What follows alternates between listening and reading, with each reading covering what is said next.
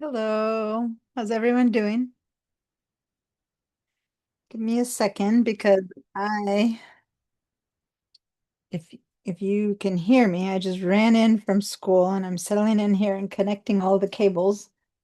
And I need to connect to the other computer that's gonna run. Hmm, Let me see how that works. Maybe I'll have the sound come from here instead of here.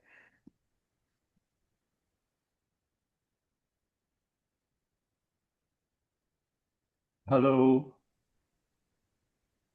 Hi. Can you hear me now?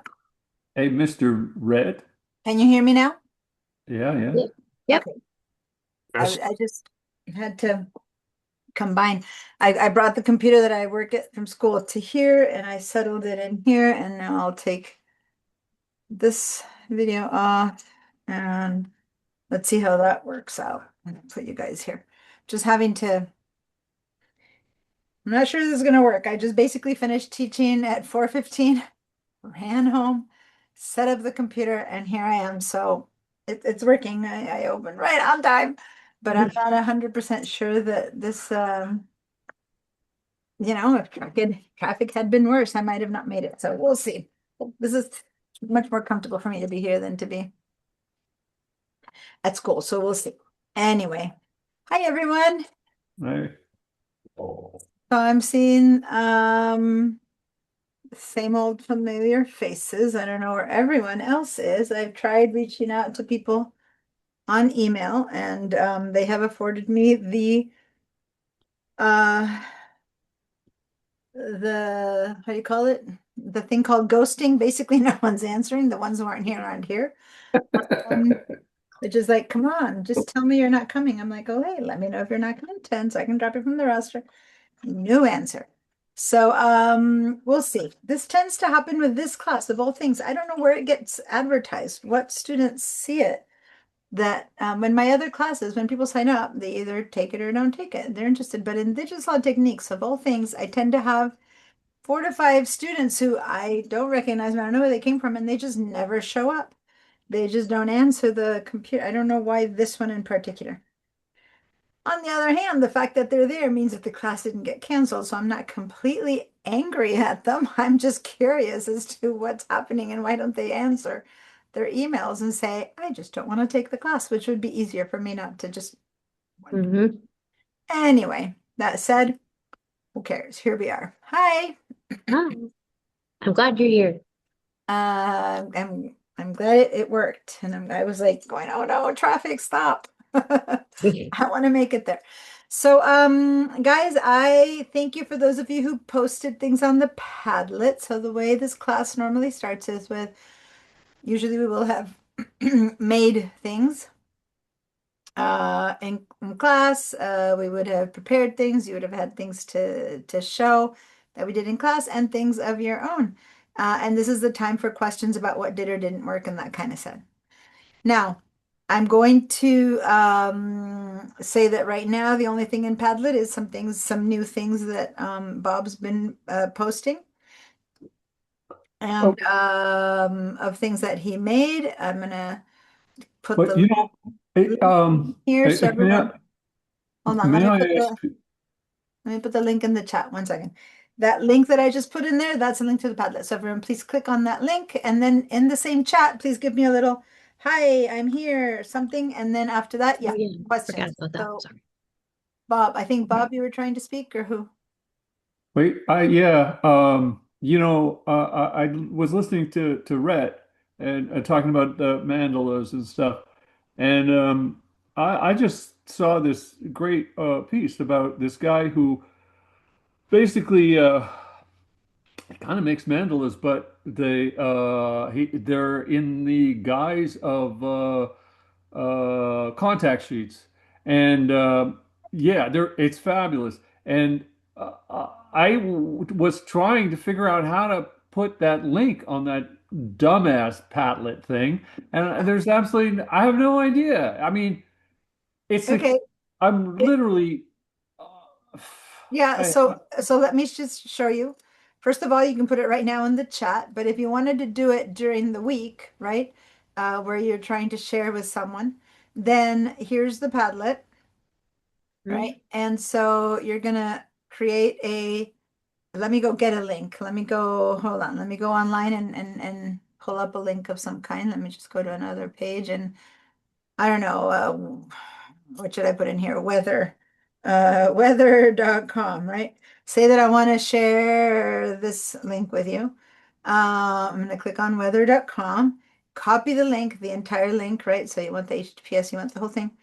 Then come back to Padlet, plus sign, put your Yeah. name or whatever, Yeah. link sample. I'm going to, or hold on, Diana, let me just put in link sample. And then see how here you have this little guy that's link. You click on that Yeah. and you paste the link. There it What? is. But Paste how do? Oh, what? and I just pasted the link in there, hit return, and there it is. Then I publish it, and you all have the link to the Weather Channel. How exciting, How right? did you paste it? Command Control V. So, okay, I go over here to the site that I want to share. Okay. Yeah.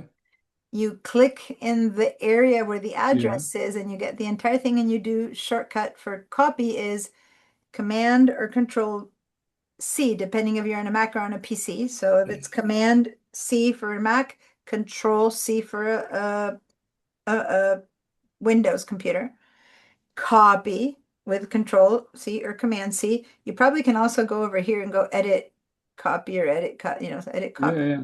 Control C, right? And then you go to the Padlet and let me just delete this one now again. I'm gonna so everyone have two of the same. Click on the plus sign. And then that means link, right? So here again, I'm going to put Diana link sample. Click on that area. It's in the clipboard. And here it says paste or type the link here. So I'm going to now Command or Control V. I don't know if you can do a paste. Yeah, you can also do a right click paste. There we go. If you don't love the shortcuts for that, you can just paste it. And Oh, there yeah, it is, because theweather.com. And since that was it, now I just hit return or enter or click on this arrow and boom, there it is. There's the link paste. oh man, Now I that's publish it. huge. And so now everyone can click on that and you'll be taken to the link of whatever you're trying to show. And I'd love to see that article that you're talking about. And if you Well, want to put a link to your books that you mentioned, so here are some of your book covers, but you're welcome to put a link you mentioned to Blurb or stuff like that. That would be great. yeah.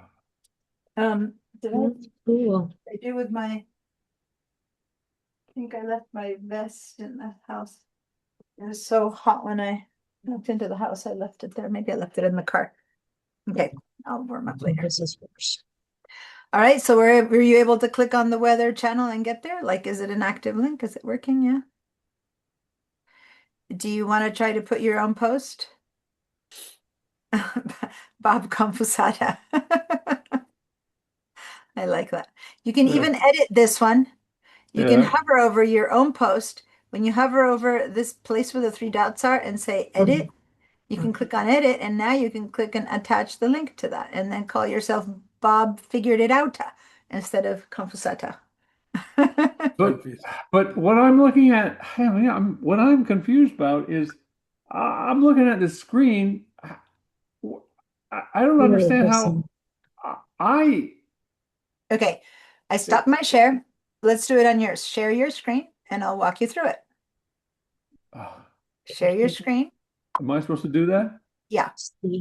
Oh, okay. And everyone else who wants to learn, anything that isn't working, you share your screen and I'll walk you through it. So have you, I think you've shared your screen on last Monday. I think I walked everyone through sharings, but let me walk you, meaning it's enabled. So now let me walk you through it. Go in that same place where you've been saying yes or no, react, chat, video. One of those says share. Do you see it? Yeah. Click on that and then click again on the share button that appears at the bottom of that page. It's blue and white letters. So it's twice you click share. The first share button and then at the bottom of the thing that appears, there's another button that says share. And it's Oh, you mean on the the lozenge looking thing that's in the middle of the screen. Did you click on the Zoom share Well, first? so yeah, but the toolbar at the bottom where there's a share, Yeah, and then it opened up this thing, and then I see another share yeah, on that this one, sort of. that one, that other share, that second Oh, share. There you go. Now you're sharing your screen. Perfect. And oh, at first it's black, so we're not seeing it yet, but the screen sharing has started. At some point, it's going to convert into your desk. There it is. Now you're on your desk. Okay. Now I that's see ridiculous. hiding in the bottom something that I would hope to work people out of doing that, but never mind. I see down there that you have like your mail and other stuff. Pull up your browser, whichever browser you use. If you use Safari or Chrome or Firefox, I see Firefox over there. Pull it up. Yeah, So go ahead and open it. but that's, I mean it's the Zoom thing that the Firefox is on, right? Yeah, pull it up. It's down What? here. Yeah, just pull it up top. Just pull it so we can see it. Huh. Yep. Yeah. Just bring it up. Okay. Now open a new pad. Did you see the link? Can you see your chat somewhere? Because I gave you the link um for the Padlet. Oh, Um you know what? I put it over here in the what do you call it? You know, this thing where no, the I don't know. bookmarks and all that crap is. Okay, well then go ahead and grab it from the bookmark. Otherwise, if you just Oh, go to the chat, there it was. But otherwise, yeah, go find it if you already bookmarked it. That's good. for some reason it won't let me. I see it down there. Uh, The last thing, the bottom one. it won't even.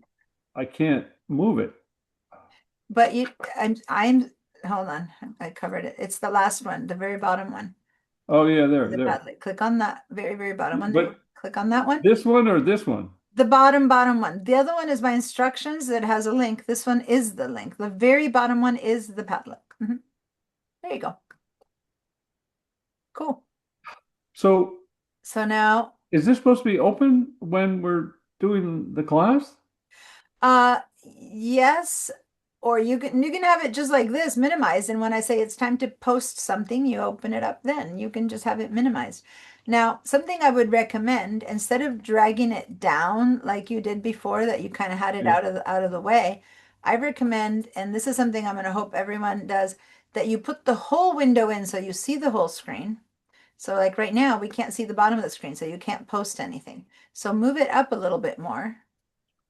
Oh, And I'm gonna do that with you guys with just about everything that all of the different apps that we're gonna be using. See how now you can see the plus sign that was hiding before? yeah. Yeah. So go ahead and click on that plus sign. Put your name there. Oh,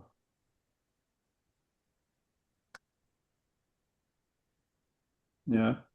And then here, just explain mandala link article, whatever it is that you're sharing with us, right? Tell us Oh, there what it okay. is.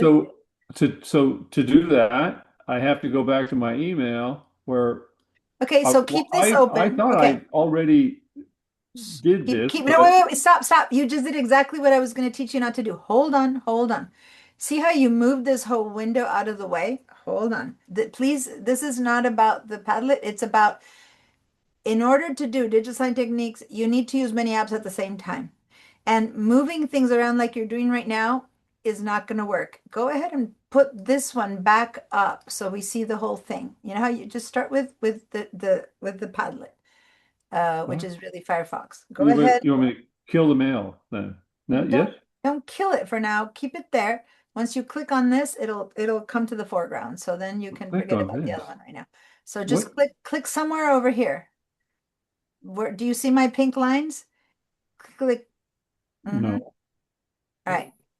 It went way over there. You're on like a second desktop. So just click somewhere on your desktop right now to bring them all up again. Just click right in the middle of your sky. One time. That's Single click. great. There we go. Okay. Now grab this window from here where I just made a circle, like the title bar right there, and drag it up again so that it fills your screen so that we can see all that window. Yeah. Okay, good. Now, don't move it. Don't move it from, no, now it's moved so that you're hiding the What? beginnings. And it's really important to not hide any. And I'm just doing it with What? Padlet, guys, but I'm going to do this with you guys with Photoshop and everything. See how you're hiding parts of your screen? Just move it back in. Good. Now you're seeing the whole thing. Stop moving it right there. Guys, this is for everyone should be doing this on their screens. Put your applications right in the middle. And now what you're going to do is you're going to go to your dock. And from your dock, you're going to open your mail app, which is the one that you have the link from. So click on your dock. Yeah.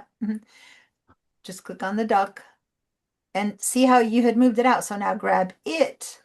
So now grab this mail app from here and drag it up so that we see your mail app, even if it hides your Padlet. No, don't touch your Padlet. Do not touch your Padlet. No, I'm not touching the Padlet. I'm just, Got it. Move it up. Perfect. Now, it's just that when you do it here, it takes a minute for us to see it, and my mouse saw you moving it up, but the mail kind of lags a bit. Okay, good. Now go to wherever the link was that you had. this guy, Thomas Okay. Kellner. Okay. So Now open that I'm one. gonna open it, right? You Okay. you should take my Now, Mac classes and I'll show you how to do this more efficiently. But right now, where's the link to this? Yeah. okay. And So I see something here saying view this mail in your browser. Do you have is there a link here somewhere well, that's weird. to I get think to I this need page? to, I think I, don't I need to double click on it or something? That's just your person who sent you the email. Is there some link here? Oh, Read wait a minute. Here we interview. There go. we go. There it is. Read interview. Right click. Go ahead. Okay. Okay, you didn't need to go to it, but that's fine. You did. You could have just taken the link from there. Okay. Now, There's this the link up is here, what you want right? to share. So click in here. In Just here. What? yeah, yeah. Click one time in the middle of this and don't do anything else but one single click. Like, see my click in the address. Just click Oh, up there. Up. right there. Click one time. Just one, and it's important to do only one, not more. One single click. See how it all got selected? Now copy Yeah. it. Say Command C or Control C, because that whole impossible thing to write is going to be copied right now. And if you don't do shortcuts, then go over here to edit and say edit copy. Command C or edit copy. hmm Did you do that? Yeah. Okay, good. Now go over here to the tab that says Digital Sign Techniques. Oh, yeah. And then I go here to where it says links. Yeah, and then click on there. And then what? And then up here where it says paste or type link here, Oh, put your browse, okay. click your mouse in there. Okay, and now do the Command V for paste or right click paste, whatever you prefer, however you prefer to paste things. Good. Now you can either hit your return key or click this arrow. And Boom. there it is. And now say submit. Submit. Where the hell's that? There in the upper This is right. your post, and there's the word submit. Where? I'm there. circling it. Let me try again. Oh, everybody's there. In your Oh, post, right here in where it says El Bob, I yeah. don't know what you're moving, but here, your post says, There. okay. So it's taking a while because Anyway, you registered, and now there's your post. And let me take my things out. And so the rest of us should be seeing your post right now, which is this one. Okay. yeah. So if everyone goes to the, and can I stop you for a minute? Everyone, Me? please listen to me. Yeah. See how suddenly, for us at least, your Padlet page keeps moving around. And that's because you are moving it to get it out of the way to reach something behind or something like that. And my request is, and it's if you've done this forever on your computer, it'll take a while to figure it out, but especially when we're doing this class, we're going to be using apps all the time. don't ever do that because you stop having access to your files. Like if you move it back into the middle, then you have access to all your windows and you just use the dock to move around. And I'm going to demo it right now myself so that you can see what I'm talking about instead of making you, just do it yourself. But right now you've made this window unable to be used by moving out all the stuff that's on the left side. So if you move it back to the middle and have all your apps in the middle, but I'm going to go ahead and stop your share because you got your post. I'm going to share my screen and I'm going to show you what I'm talking about. And this is important because right now we're going to open Photoshop, Illustrator, Bridge, InDesign, and all those programs are going to be one on top of the other. And if you start moving them around, which is what Bob just did, but it's what like 90% of students do. So I'm not like pointing out Bob's mistake, rather all students' mistake. It'll become a much more efficient way of using your computer. And in particular, when you use many apps, like we're going to use almost the only way to be able to do it without going crazy. So let me first, let me move over here to this page with the chat because I want to see, I'm seeing Ed and Cheryl. So I'm going to write in here again a little hi, and wherever I'm writing hi, can Ed and Bob and Rhett see there in the chat? Can you give me a little hi? It's kind of like a way to make sure that it's your attendance is recorded in there. So just respond to that in the chat, and that would be great. And then let me check in for a second with Cheryl and Rhett. Both of you said you've purchased the applications, but I am 99% sure you don't have them ready, right? Yet? Right. So were you able to, Cheryl, were you successful in getting into VDI this time? So can I share my screen with you? Yes, because she wrote me an email about something that's happening that I need to check. Meanwhile, Rhett, while she's sharing her screen, Rhett, do you have the applications open and you're ready to go? Did it work for you? Um, I have the blue wavy thing so far. Okay, that one, the one that Cheryl's now sharing. Yeah, Right. that means you're inside of VDI. That's good. Okay, so now Cheryl, you are in VDI, which is good. Mm-hmm. Okay. Now, we're not going to use this window, which is the File Explorer. So just close this one. We don't need, well, we'll close it from there. No, no, no, no, don't close it. I'm sorry.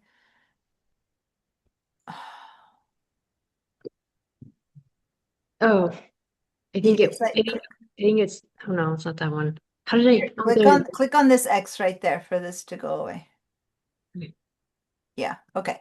So this is your computer, and what you're gonna do now is you're gonna open the applications. And Rhett, you mentioned that you're also in the blue wave, right? So you're both at this point. So now what you need to do is you need to open the application. So go ahead and open Bridge, which I had you guys search opening that Yeah. little icon last time, but you could also just click in here in the word search since it's right there and write Bridge. And since you had already opened it last time, by the way, it was already waiting for you. So go ahead and, yeah, click on Bridge. Perfect. And this is where with Cheryl, we got stuck last time because it wouldn't let you in. But looks like it's letting you. So were you able to successfully put in your pipeline email address and get in this Oh, time? oops, no, that's not Yeah. it. Let me pull it up again. Because I kept going. I got the same error that I did last time. Oh, there it is, right. And I couldn't like get further. And I tried calling the tech support like multiple times They and said that they weren't answering, which is yeah, they weren't answering. And I you tried both calling phone like numbers. yes, I tried calling like the daytime number and then I tried calling the nighttime number and there's no one there. Yeah. Wow. Okay, that's not And so good. And I'm and gonna so talk to them. Okay. yeah, and I'll keep trying tomorrow too. And then I know that they're open till like 7:50 Yeah. tonight. So I'll keep when we go on break, I'll try calling them again, but I don't, yeah, I can't, Yeah. you get Yeah, a whole. without this going in, it won't work. It's going in for Red, it's going in for me, it's not going in for you. So that's why I'm saying it's about your account, and they can only fix it like at pipeline level. So go ahead and close this, and yeah, if you can't use it, you again, it's so frustrating. You're gonna have to watch. That said, by next week, you will have your own apps. Yeah. So even though it won't matter technically, just in case something happens to your apps, you should try to still get this Yeah. done. I'll get it. Yeah, I'll keep trying throughout. And what you should do right now in the background while we're talking, just keep playing with your phone, keep, Alright. dialing until someone Okay. answers, and then say, oh, yeah, and then just try to get on, because the sooner you get on, the more chances you can take the class, Okay, use cool. it. Okay, so I'm Okay, gonna thank stop you. your share. So yeah, you had mentioned it's so weird. There's two numbers, two sets of tech support, and Mhm. no one's answering, which is horrible. Whenever I call from school because I have an issue, they've always answered. So that's the part that I'm surprised. Not that they can't help you, but that they're not even answering. Yeah, I just get like a voicemail and I'm just like, ah. Mm. Okay. All right. So let me check in for a second with Rhett. So he opens his apps, and then I'm going to share my screen and show you what I'm talking about. And we're going to open all the apps, and we're going to start. I'll explain that thing that I was trying to show Okay. when Bob was sharing. So Rhett, do you want to share your screen so I can help you open your apps? And Moni mentioned I'm not sure if she mentioned she was going to be later, if she couldn't come today. And I don't know where I know that one person is having some treatments and he'll be here next week. But other than that, no one else has answered. So maybe it's just us. It's weird, but okay. All right. So here you are, Rhett and Cheryl, when yours works, right? It will look like Rhett's. So now I'm going to show you on Rhett's how we're going to go get the class files. And this is just Rhett because he's on VDI, and Cheryl. So Bob and Ed, I'm going to show you a different way. So right now it's just for Rhett. So go over here to this piece. Hold on. I need to get my little pencil, good old pencil. Okay. So head over to this PC. Yeah, click on this PC. Perfect. Click This on PC, click on Google Drive. Google Drive. This PC, Google Yeah. Drive. Mm-hmm. Double click, I guess.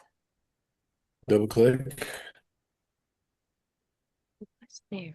Let me get back. Okay. It's not open. Okay. Yeah, there it is. Okay. So now go to shared drives.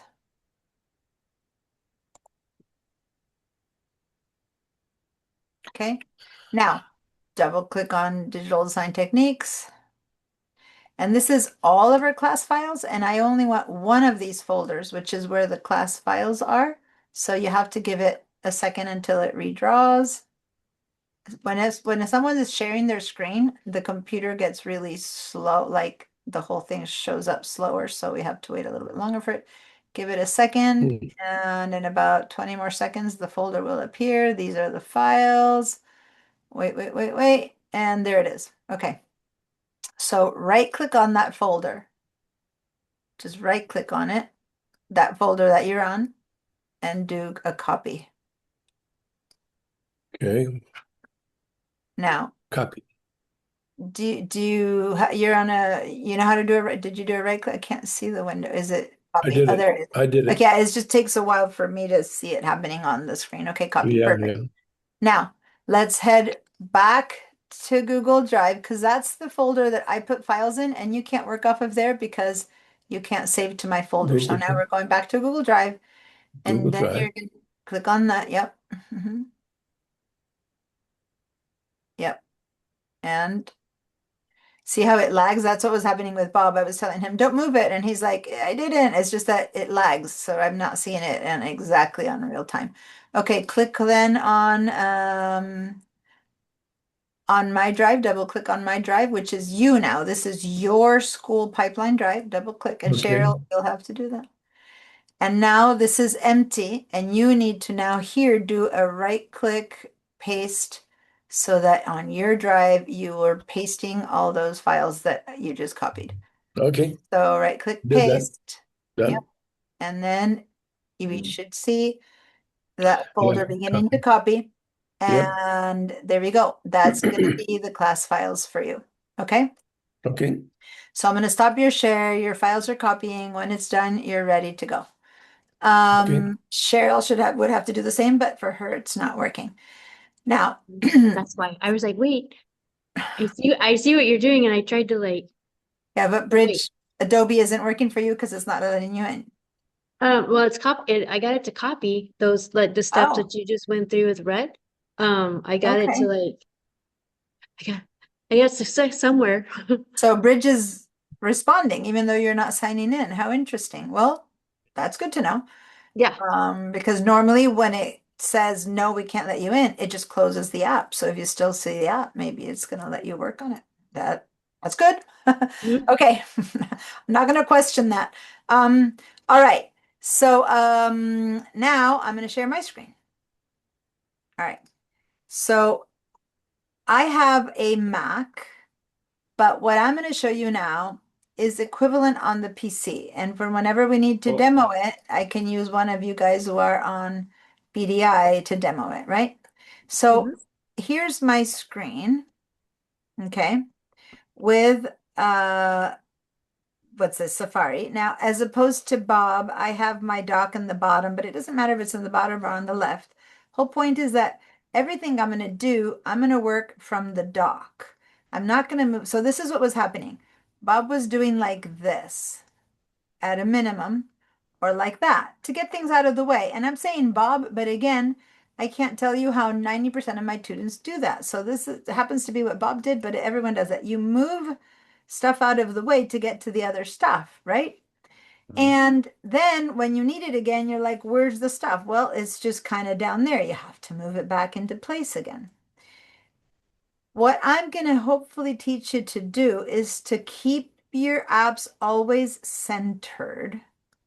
And now I'm going to give you examples of that. I'm going to open Bridge now and see how I went to my dock and I'm opening Bridge, but I didn't get rid of Padlet or my browser. In this case, it's Safari. I'm opening Bridge. Again, things happen much slower when I'm on Zoom. But anyway, here's my Bridge. In fact, Bridge is almost completely on top of Padlet, and I'm going to make it be exactly on top. I'm going to go to Padlet here. See how I switched to Padlet, and I'm going to put it exactly on top. There we go. So see how I'm hiding Bridge? Bridge is on top of Padlet, Padlet's on top of Bridge. So how am I going to do this now when I want to go to Bridge? I'm not going to move anything out or around. I'm going to go to my dock and click on Bridge. And Bridge is now occupying my whole screen. Now I'm going to go back to Padlet. Okay. I'm going to click on Safari, and Safari is on top. Does that make sense? Mhm. I'm yeah. Okay. not moving anything. They're just taking their turns. Now I'm going to Yep. open Photoshop, and Photoshop is going to open. And once Photoshop opens, see how I already have it set for exactly the same size? This is Photoshop. So now it's like, okay, let's go to Padlet. Clink, Padlet. Let's go to Bridge. Let's go to Photoshop. Does that make sense? You don't need to move things around at all. You use your dock to prioritize which app you're working on. Now, occasionally you want to work on two apps at the same time. That's fine. Then you just move one to one side, you move one to the other. That's a whole different conversation. And the Mac has a way to do that in a way that you split the screen into two and da da da da da.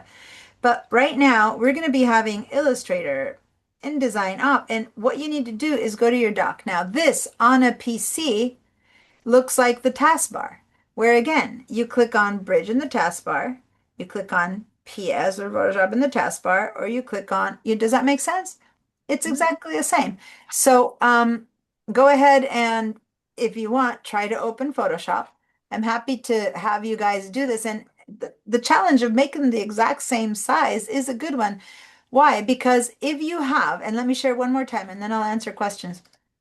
If you have, watch, Photoshop a little bit off from Bridge, like that much.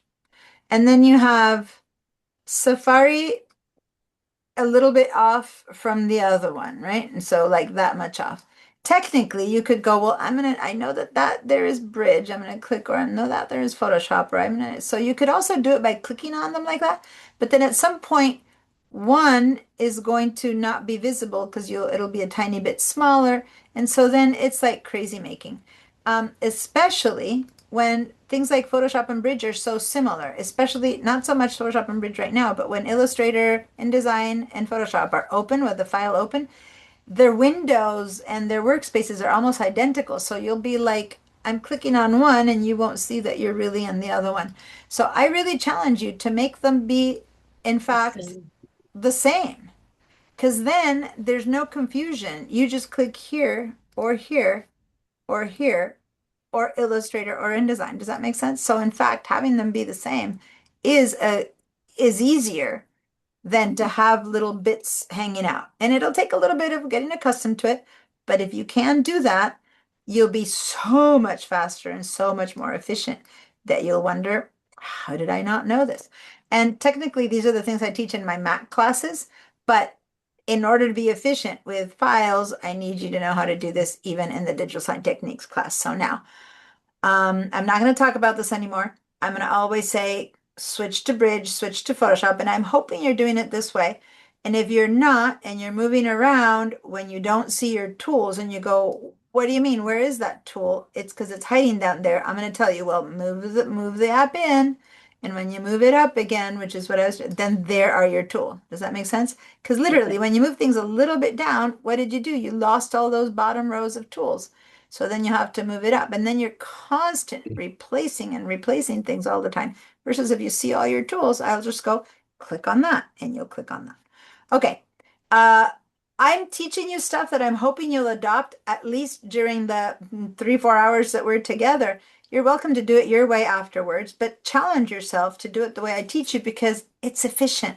And you'll find that the way, if you get accustomed to doing it my way, then when you're not with me, it'll become like hopefully second nature and you'll do things that way too. All right. Ed, yes. Your hand was up. You said you didn't want to talk about it anymore, but I'm going to throw out that Oh, I'm happy to talk about it. I don't want to, what I'm trying to say, I'm not going to force you to do it. I'm down. I proposed it. I'll show you. But please, computer if you have background. questions, definitely. Yeah, computer background. I keep all of my apps at full size on Yeah. a 34-inch monitor, Yeah. and I go back and forth by using Command Tab. That is 100% true. And the reason I am having you do this is because you're right. I have the issue that since I'm sharing the screen, I have all my Zoom tools here and Ah. my notes, my that tool that I use to make circles on you guys is over here. You don't see them. And here I have my shared tools. So I need that extra space. But this is 100% true. Let me just show you what he's talking about. When you maximize your program so that it fills your screen, which is what I'm doing right now. And I'm going to do it now with Photoshop and I'm going to fill the screen. And then I'm going to go and do it with Safari and I'm going to fill the screen. So if you have a chance to do that this way and you can, then there's a shortcut, right? Which is Command Tab for the Mac, Command or Control Tab for the PC. And then you switch that way your program. So if you want to go now to, Control tab. each time I hit the tab, I'm going from app to app. So I can go to Photoshop, let go, and I go back to Bridge and I let go, and I go to, Zoom, which right now won't show you anything because it's me. You go to Bridge, you go to Safari, okay? And so that is a really efficient way to do this. The problem with this in class, Ed, and the only reason I don't explain it is because if you don't have two monitors, where do you see me? You don't see me. It says only for people who have two monitors or two computers, because then you use one to see me and one to work. But when you do this, there's no way to see me demoing it and doing it. So that's another reason why I actually don't suggest this to students. And in the sense that if you do it this way, right? And so I'm kind of going back to that, then you can have your apps on this side of the screen the way Rhett had, how he had Bridge here.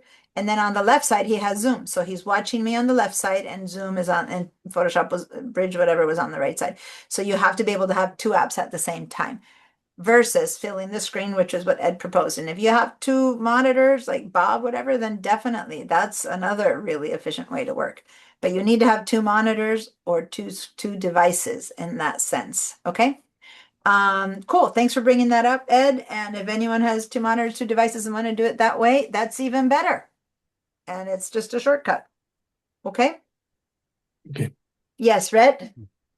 So you wanted to go to um, it's- what is it called? Illustrator? Right Bridge. now, I just want you to open Bridge. I opened Photoshop as a sample. You don't need to open it yet. Okay. We're going to start with Bridge, but very soon we're going to open Photoshop. But don't open Bridge, Photoshop, Illustrator, and InDesign, especially if you're on VDI, because it might just tax the system too much. So just Okay. try to keep two open at a time. And then when we are in need, we will go to three max. And if your computer's slowing down, then we'll try to turn one off. We'll try to have them open one at a time. If you have a fast new computer, yes, you can open all of them at the same time. But I find that that for a lot of people, that's too much, depending on your computer power and newness and that kind of stuff. So Bridge and Photoshop would be all I really need right now. Of course, I also have the internet open because of Padlet. But if you're the kind of person who has 25 tabs open, all of those are pulling from your computer system, right? So just close some tabs. Like I don't need the weather app anymore. I'm going to close that tab, so I only have Digital Line Techniques. So anyway, so that helps. But you don't really need the Padlet open right now either, because every time we go to it, I'll put I'll post the link in the chat, which is what I did before, and I'm going to click on it again so you see what I mean. There's the link. So every time I say, let's go to Padlet, I'm going to put the link. So then you click on the link and it'll open up. So if you want to close it in between, you can do that too. Now, I am showing Padlet, and I wanted to show, I didn't go to this one yet, but just clicking on it so that I can be taken to it. Oh, pop-up window block. So here it is. Now I went to the page that that was posted in the Padlet over here by L Bob. Okay. So then we can check it out later, but thank you so much. Now I did want to point that there are some photos that got posted by Bob during the last couple of days, and it's these three. Now I'm gonna get rid of my little sample Weather Channel post, so we don't need it. And so he posted these three, and these are sample covers that he's working on for, I guess it's two different books. One is Behind the Velvet Curtain, and one is Burlesque, or are they the same one and you're trying two different things? There's two different It's books. two different ones. Actually, there's about 10 different books that I'm working Yeah. on. But Yeah. The one you sent me before is this one that you put in here with the Yeah, masks, yeah. which is amazing. Okay. So just to give you an idea, this is a screenshot. He's testing fonts. That's what he said in the first one, testing fonts, testing choices, testing options. And you said you're doing this in Blurb. Did you say you're doing it in that book design? Yeah, Where are you? well, I'll blurb through what's Through it? the, no, you said Bookright. Lightroom Classic in the book module. Oh, so this is Lightroom. So you're not using Blurb right now. You're using Lightroom Classic book module. Okay, good. Yeah. Just to know where it was happening. And by the way, I didn't open the book module in Lightroom to see it. I'll try to make sure to check it out between here and next Monday. I didn't have time the last 2 days. I was going to go check it out since you had mentioned it. Cool. So these are samples, and look at the different. This is the same cover in two different fonts. Okay, which is this font. Yeah. Is it the name Freight, or this is Yeah, Freight. Yeah. Okay. In this font or in this font.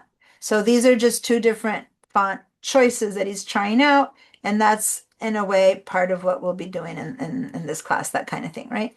So here we go. These are two examples. Now we're going to do this kind of work in InDesign. Some people also work in Illustrator, and I'm going to talk right now about what's the differences between Illustrator and InDesign, when the overlap is important enough, when you don't. Do some people use Photoshop for this? Maybe, but it's highly recommended to not really put final photo, but you can. There's overlap. There's overlap between these three programs. You need to choose which is the best one for your needs, right? So right now we're gonna talk about how to do that, and then we're gonna talk about the details of how you even get to the place to having your template ready to be a book cover. So cool. Thanks for posting that, for showing us the projects that you're up to. You said there's like 10, but this is Yeah, more than enough, with 3 different fonts, 2 different books and 3 different fonts. And also you posted Breakfast with God uh, yes. and a stamp or something. It's funny. Cool. Okay. All right. Cool. So guys, but this is good if you have things to, oh, and Cheryl posted a project photo. Cool. And this is, did you take the photo too, or is it just, No, no, I'm not. I don't have my drone pilot license yet. Working oh, on it. okay. But I was like, that's like a really cool photo that one of our guys took. I was like, that's so pretty. Cool. What is it? Where is this? It's the Carpinteria's marsh project after the Mhm. big floods last year, Oh. this in 2025. We went in and cleaned out all the debris. That way, next time there was a flood, it wouldn't like, I guess, or a big rain, it wouldn't flood so bad. yeah. But I just thought Wonderful. that was a cool photo. That is a cool photo. My son's taking some awesome drone. He got his pilot's license. There's some awesome drone films and Yeah. photos. Like the world looks so different from out there, doesn't it? Yeah. Okay, Bridge. Let's all open Bridge and let's find out what's happening and how to get the class files. Now, when I say all right now, it's just Bob and Ed, because Rhett already has them, because he's on VDI, and Cheryl has them, but she's on VDI. But Bob and Ed, you guys downloaded these files at the end of last class. So how do we find the files for the class? Well, first of all, you're both Mac people, right? Right now, Bob Yeah. and Ed, you're Yeah. both on a Mac. Bob, are you on Ed too? Yeah, I know you're a Mac. Okay, so the reason is because the wording is a little, just it's almost identical, but on the Mac it's called computer, and on the PC it's called my PC or something like that. But other than that, it's all the same. So what's Bridge? Let me explain Bridge, because other than just using it, I want to explain to you like what it is. First of all, for those of you who are, and let me just minimize everything for a second here because I want to just show you. For those of you who are typically users of a Mac, when you want to go find your files, you would open a Finder window, right? And give me a yes if this is about like what you know about Macs, because some of you don't even know about using the Finders. Would you know this? Cheryl, you're also a Mac person, right? Other than now that you're on a PC? Oh, right. I'm on a PC right now. You're normally on a PC, okay. Yes. And Rhett, you're a PC person outside of VDI, you're also a PC person? Okay. PC. So this is typical of my classes. I'll have half and half or whatever. I'll have a mix. And if I were to have people use the Finder window to find stuff, then PC people don't know how to find it. PC people have to use the Windows Explorer. But it's basically the same idea. You go to wherever your files are. So if I told you guys that your files had to be downloaded from the internet, you would go to your Finder window, click on downloads, and somewhere over there, hopefully, you would find your downloads folder from the Digital Sign Techniques class. Oh, yeah. But Okay. then you can see this in 25 different ways. Some of you would be viewing it as icons. Some of you would be doing it as a name. Some of you would be doing like there's bazillions of options and ways to see things, and it would be impossible to tell everyone how to find the class files the same way. And then we move over to how the PC can read them. And again, 25 different ways to see it. So Bridge is basically a Finder on steroids. For you PC people, it's the File Explorer on steroids. It's really just a way to find your files wherever the files are on your computer. You're not putting them in special catalogs or files or not going into any particular app. Bridge is not an app that swallows your photos the way like the Photos app on the Mac does or something like that. It is just a Finder that does many, many other cool things like cataloging and metadata and all that stuff. But at this point, it's basically a Finder. So when you open Bridge, our challenge is to find our downloads folder. And when we find the downloads folder, there are the files we downloaded on Monday. Does that make sense? Yeah. Now, Mhm. for VDI people, you went to Google Drive because that's where the files are inside of VDI, and that's why you didn't have to download them. When you buy your own applications, you're going to do this exact same thing that I'm doing now with Ed and Bob. Both of them bought them. By next Monday, hopefully they're installed and running. And then hopefully you downloaded the files onto your computer outside of VDI, which I believe you did, Rhett. I'm not sure if you got to that, Cheryl. I think But I think I did I too. think you both did that. So then when you open Bridge, you're going to do the same thing we're doing now. So for PC people, you're going to go to computer, and over here you'll find all your files, and you're going to go to your downloads, and there they are. Now, I only have 2 Mac people right now that are needing to do this, so I'm going to do it the Mac way. So first of all, somewhere over here, you'll see your name. Now, I'm on an account where it's the SBCC teacher account. This is a teaching computer, so it's not my personal name, it's SBCC teacher. But you should see your name here, Bob or Ed, somewhere. Do you see that, Bob, on yours? Yeah, well, I have 2 external drives that are filled with photos. I hear you, but you downloaded the photos, and did you leave them in the downloads folder or did you move them Yeah, I somewhere? did. Okay, so if you did, then go to SBCC teacher, in your case, Bob Debris or whatever yours is called, and you should see here the downloads folder somewhere, like I Well, have it. well, shouldn't I just uh shouldn't I just go to the Finder and just go to No, we're using download? Bridge. We're Why am using I doing Bridge it on Bridge? because I'm going to teach you how to use Bridge, and Bridge is an app that bridges all of the everything except for Lightroom uses Bridge in the world of Adobe. Lightroom is the only app that creates its own catalogs and stuff like that.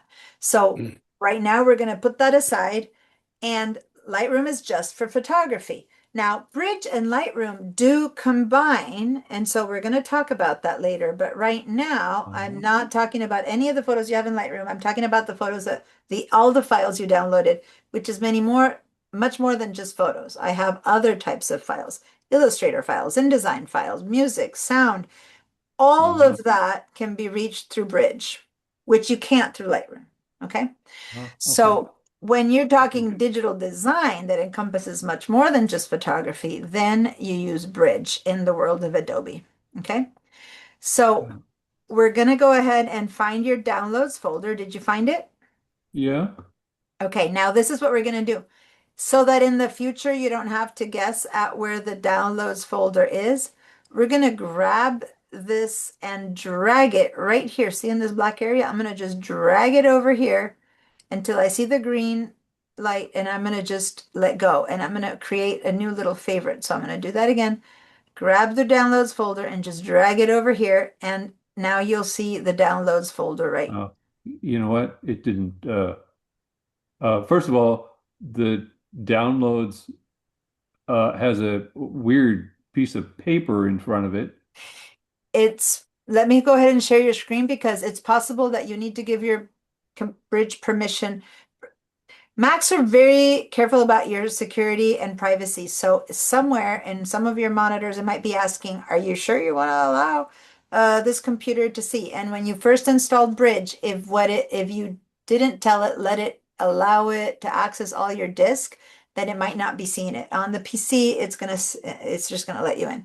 But on the Mac, when Adobe tries to access all these folders, it's gonna go, Are do you you sure? give access to all your folder? And so can you share your screen, please, Bob, so I can see why you're not seeing it? Okay, so where's it? Oh, here it is. And Okay. Ed already has his set up because he's done this many a time Yeah, before. That's why he's I'm a focusing smarty on him. pants. All right. So, What the hell is that? Why am I seeing why?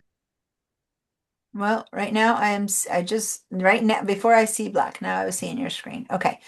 So yeah, the reason these are grayed out is Yeah. because at some point when you installed it, the computer said, would you give us access? And you probably said no. So none of this is available. So if you try to double click on this, it's not available. Let's see if you try to do it, try to double click on downloads and let's see if it asks you whether you need permissions. If not by now, you just need to go to the system preferences. It let you in. But it's not letting you see the stuff. Do you have stuff in your downloads folder that you know? Probably you do, right? Yeah. Yeah, So yeah. this is a permissions issue that most people, when they're confronted with, do you want to give full access? You say no. So you're not having full access. So let's go to your system settings, which you should have here in your dock somewhere, but I don't see it. You mean the Apple? No, yes, your Apple system settings. So just go up there. Yeah, there we go. You're there. And open the system settings. Okay. So now you're going to have to go to privacy and security. Oh, nice. Okay. And then you're going to have to go to um Sensitive content warning. Ooh, excellent. yeah, so hold on. Well, you have it off, so you're not being at full disk access. Click What on about full disk app manager? access. Oh, okay. You want me to click that? Yep. Okay, and now you need to give Bridge access, although you have Photoshop, Lightroom, Adobe. So first of all, give access to Photoshop, but you're gonna have to This go find means it Bridge. already has it, right? Or no? Yeah, so go down here to this plus sign and we need to find Bridge so put in your computer password, which we won't see, so that's good. Okay. Um, Now what? go ahead and we'll have it goes to go ahead and say later. Okay, because now you turned it off, so now you have to turn it on again. It was basically telling you Oh God. No, I turn didn't it on realize. again. That's all. Just click on it. That's all. Okay, now just say later. Okay, now go ahead and go to this plus sign, and we need to find Bridge. Oh. Mhm. See, normally I go over here. Can you see this thing where all the apps are on Go to applications here. that one? Okay. Yeah, but what you're doing right now is giving permission. So go to Bridge. Double click on that. Oh, double click on that. You want me to open it? Yeah, double click. Yeah, open it by double clicking and then click on this on the word on the icon on the app itself. Oh, Cool. And now say open. Cool. So now you've added it and now say quit and quit. reopen. Yes. Yeah, quit and reopen. Oh, And good. Now you have access. All right. so So now, I couldn't just have done it like this, huh? Just click there.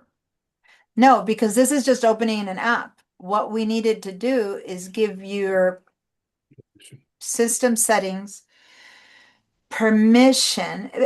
The Mac is very good, for better or for worse, about making sure that you give it permission to access your files.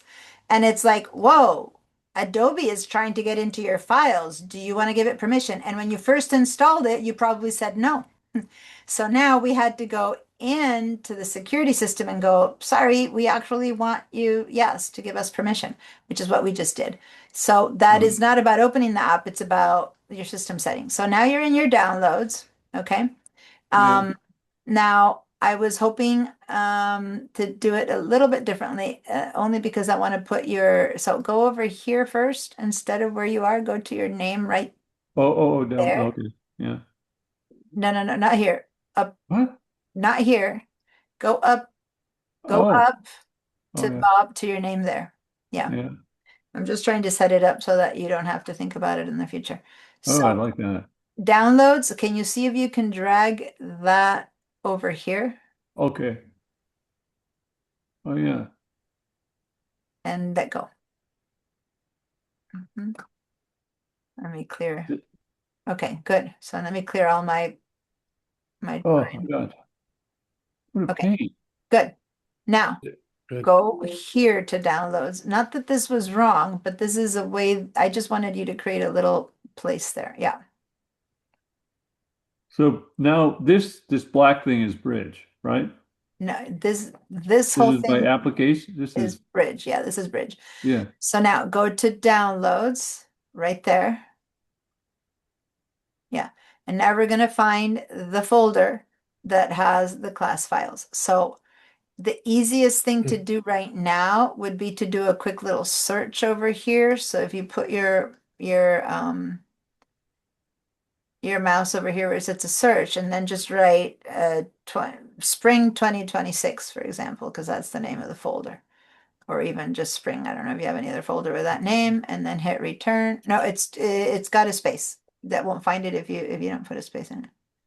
Oh, Okay. Otherwise, just put the word spring. Just delete there we go, and hit return. There we go. Now this folder, drag it here. where? Hold Oh, on. below pictures? Drag it right there. There. Yep. Right. Perfect. Cool. Now click on this folder that you just dragged there. And these are the class files. Perfect. So now let me clean on my stuff. All right.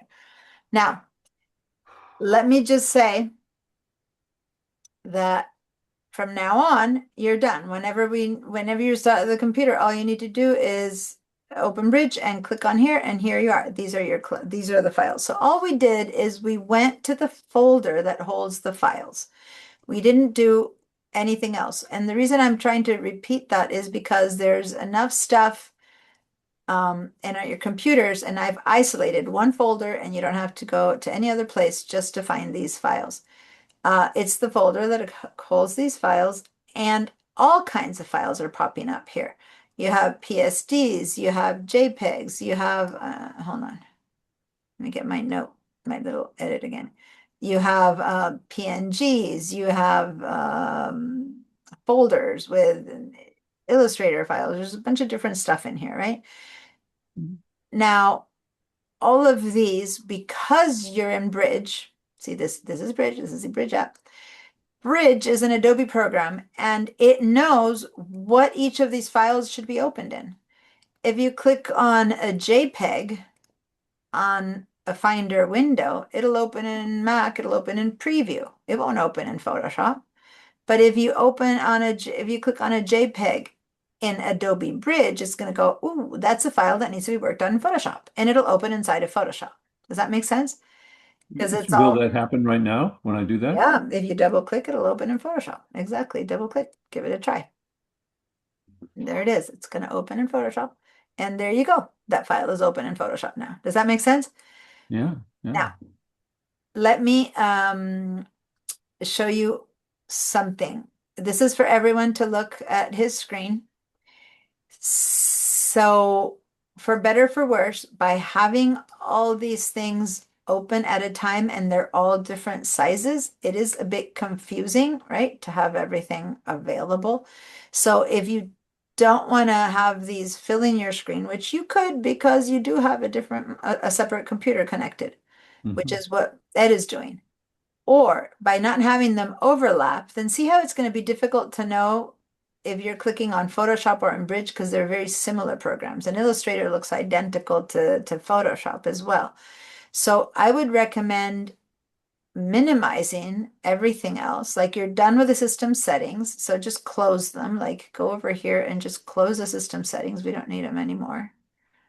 Where?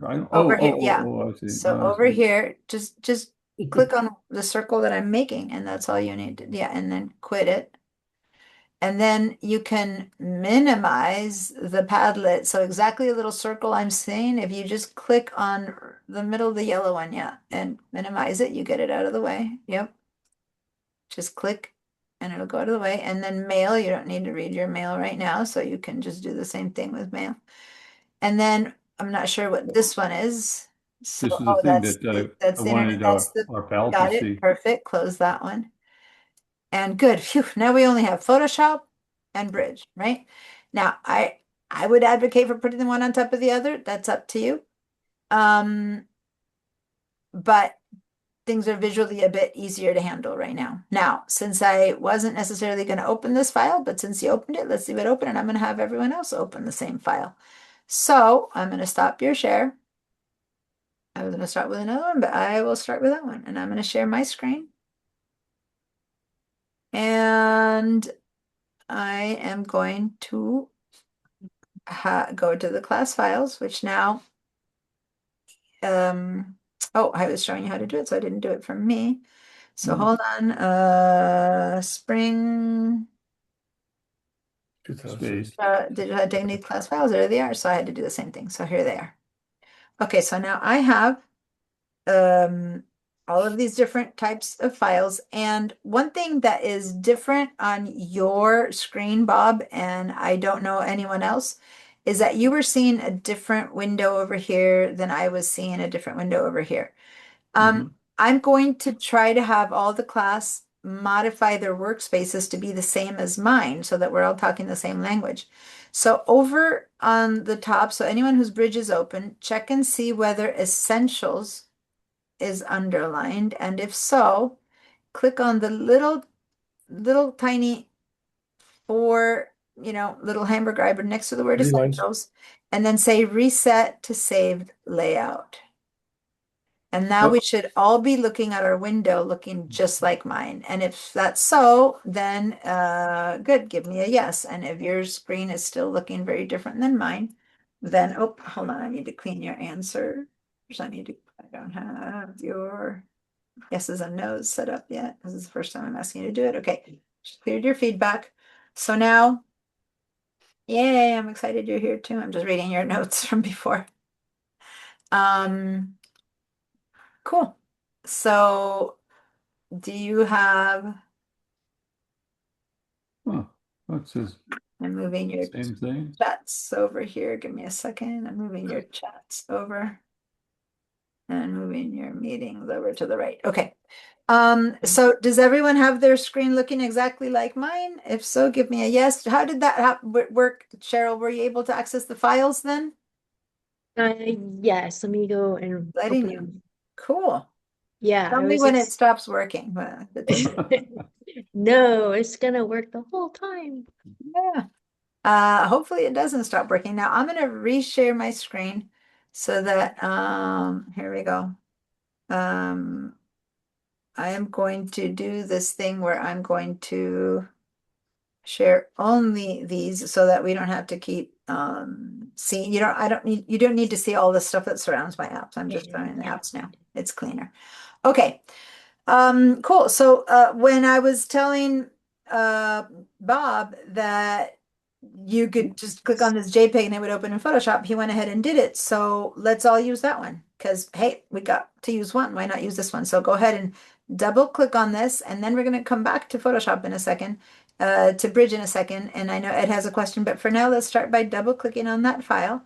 And you'll see that, oh, I have my beta version connected. I shouldn't. Okay, I'm going to actually, let me just close my Photoshop beta because I don't want it's opening behind the scenes and you're not seeing it. So I'm going to right click instead and tell it to open with the regular Photoshop instead of double clicking. That's just because I have beta open. Okay, so at this point, I'd like to hear from Cheryl to see if maybe Photoshop is opening for you or not. I hope so, or if it's going through the whole signature thing. Rhett, let me make sure that I get before I get Ed's question, I just want to see a big old yes if this photo open in Photoshop for you. Give me a yes. All right, Ed, yeah, what's your question? When you were talking about having the same workflow or workspace, it also is affected by the sort that you got up there and in which direction it is, and that doesn't reset when you do it. So you have to. I was different when I got finished. When you reset to the saved layout, it still isn't. It doesn't show it the way you have it because your sort. Well, I told you to click on essentials Your direction first, yeah. and then reset to saved layouts. It's still different. When you say source, what do you? No, oh, the I got sort. Got it. You might have it set sorting by file name or sorting by type. You're right. I was just talking about the palettes and the whole workspace, but you're right. The images themselves, if you have them sorted by file name, which is the default setting, then you start with the number 8, 12, book jacket. Or if you go to sort and you say by type, then you have folders on top. Yeah, so why not? Let's sort by type just so that you all change it so that you know that it's changeable. Go and say sort by type. And then you'll see how this layout changes. Most importantly, I was talking about the workspace, like folders, export, preview, keywords, metadata. That's the window that I'm hoping to see. Without you needing to change it, let me show you that if you click on libraries, you have different information showing up. Neither one is right or wrong. It's showing the same material a different way. And this is about your Adobe libraries that you have online, something that we will talk about later. Then you have film strip where you get to see here, you go back and forth the finds in there with a big preview. Output, so each one of these has a very valid reason to be looking at it. Metadata collections, that workflow, that kind of stuff. I want us in essentials because that's the basic beginner bridge access, and that's the one that we're using right now. Okay, and then sorting by type.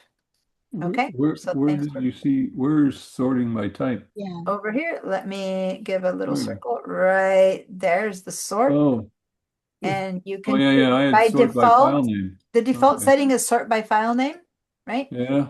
And so then it's all alphabetical order, alphanumeric, so the numbers are first.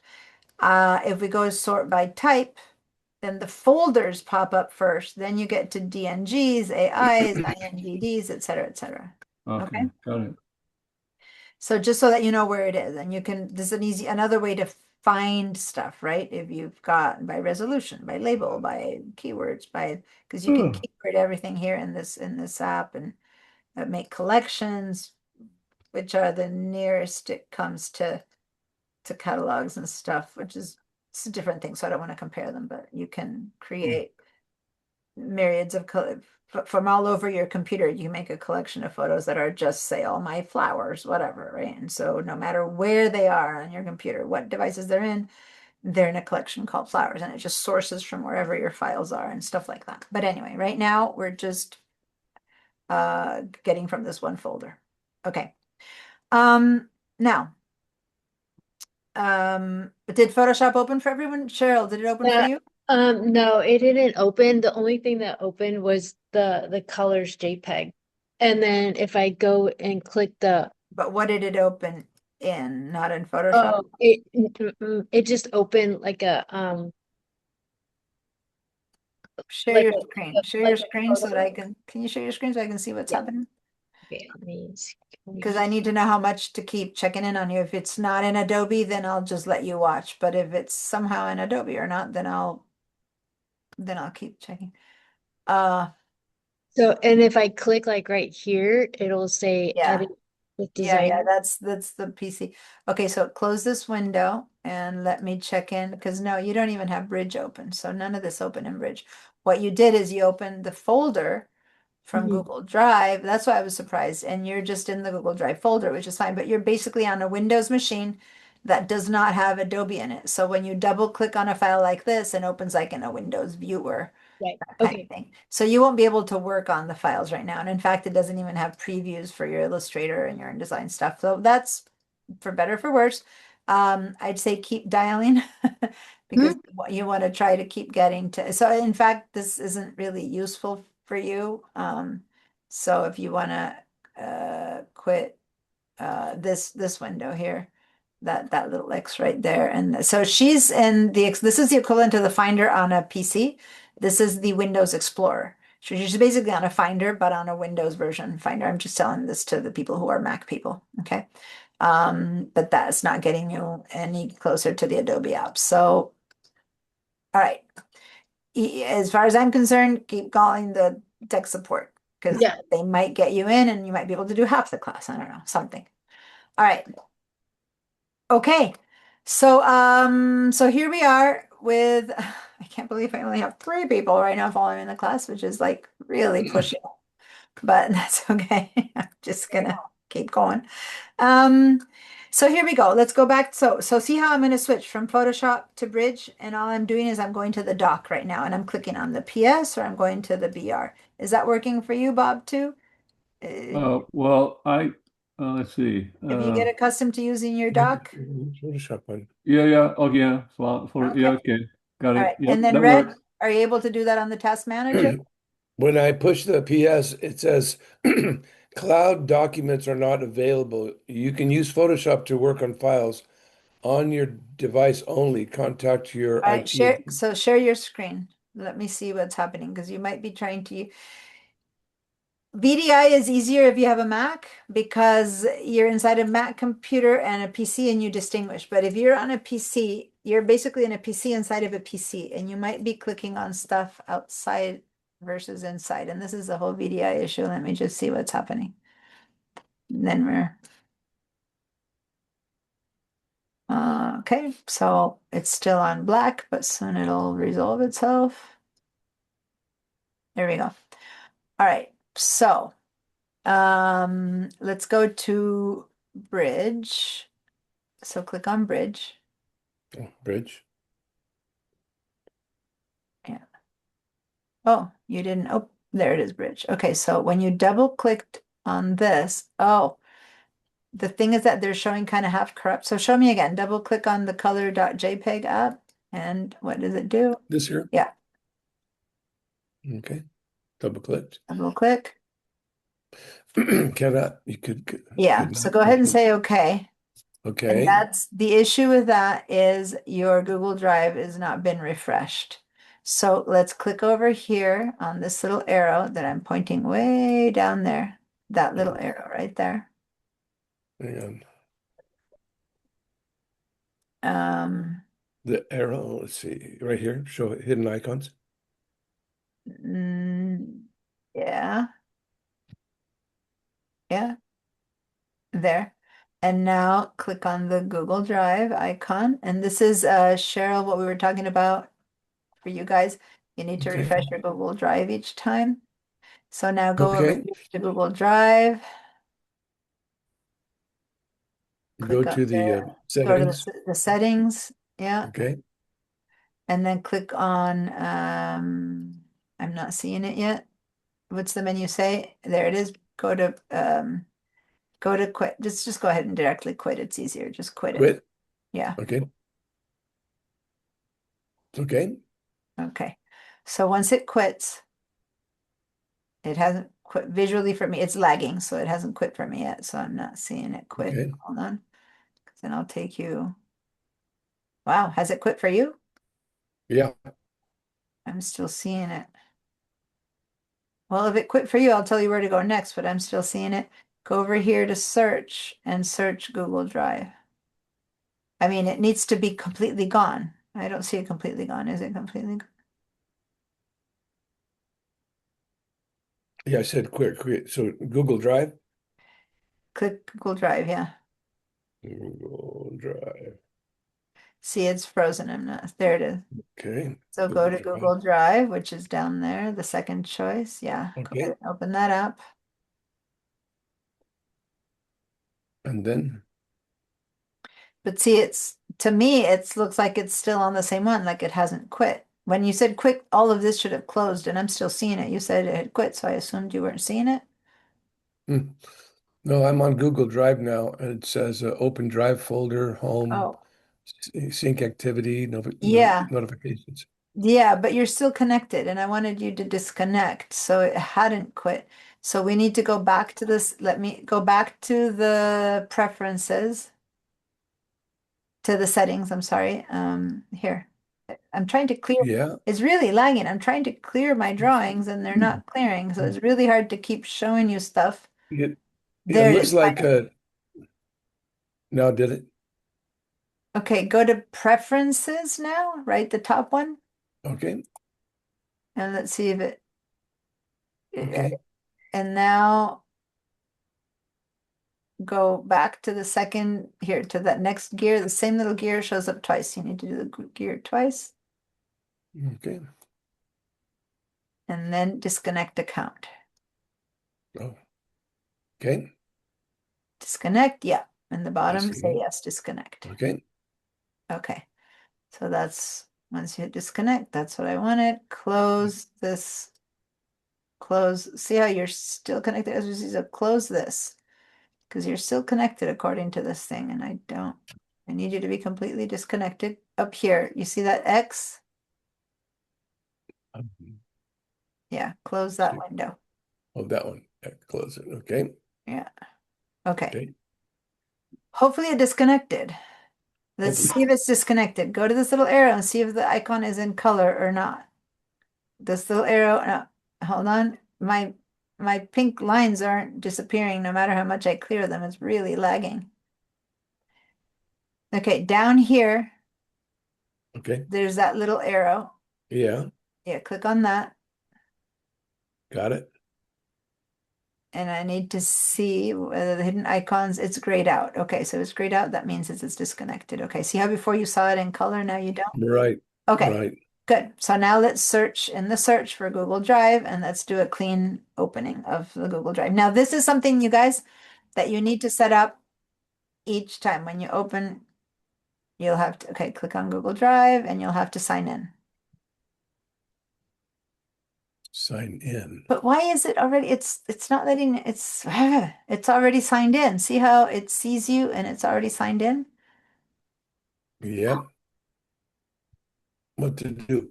It should be asking you to restart and create a completely new opening to Google Drive. Otherwise, your files are never going to be available. Oh.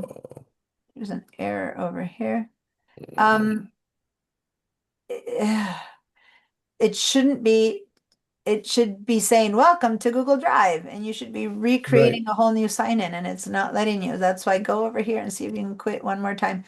I'm sorry, this is, go to the It's already, settings it's again. highlighted in gray. The quit is in gray. Uh-huh.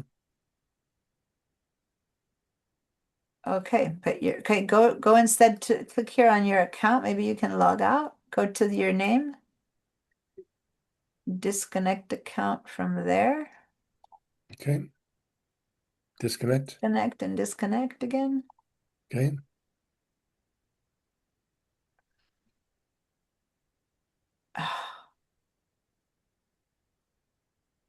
But you're not disconnecting. You're still you. It's just so frustrating. What is happening? This has never happened. When you disconnect, it should all disappear, and you should then open a fresh Google Drive. Guys, this is driving me crazy. Sorry. No, please don't apologize. It's not you. Between Cheryl not being able to connect on VDI and you not being able to refresh your Google Drive, I'm thinking I can't use VDI with students anymore. Let's go back to Bridge and let's see if perchance it lets you open the file now. Okay, go here to go to Bridge. This is Photoshop. Go to Bridge instead. You're in Photoshop. Go here to Bridge. Yeah, click on Bridge. Okay. Okay. Click on your folder of Spring selecting these files. Yeah. This item could not be found. It may have been moved or renamed. Okay, so it means that it is disconnected. Okay, say okay. Okay. Go to this PC. And you shouldn't see Google Drive. Okay, so Google Drive is disconnected. Okay, so go down here and let's find Google Drive now. That was our goal. We needed to disconnect it. And now click on Google Drive. And you should be invited to sign in again. There you go. This is the window I was looking for. Finally. And then get started. Yeah. Sign in. Sign in. This is the one that you need to do each time when you start and put in your pipeline email.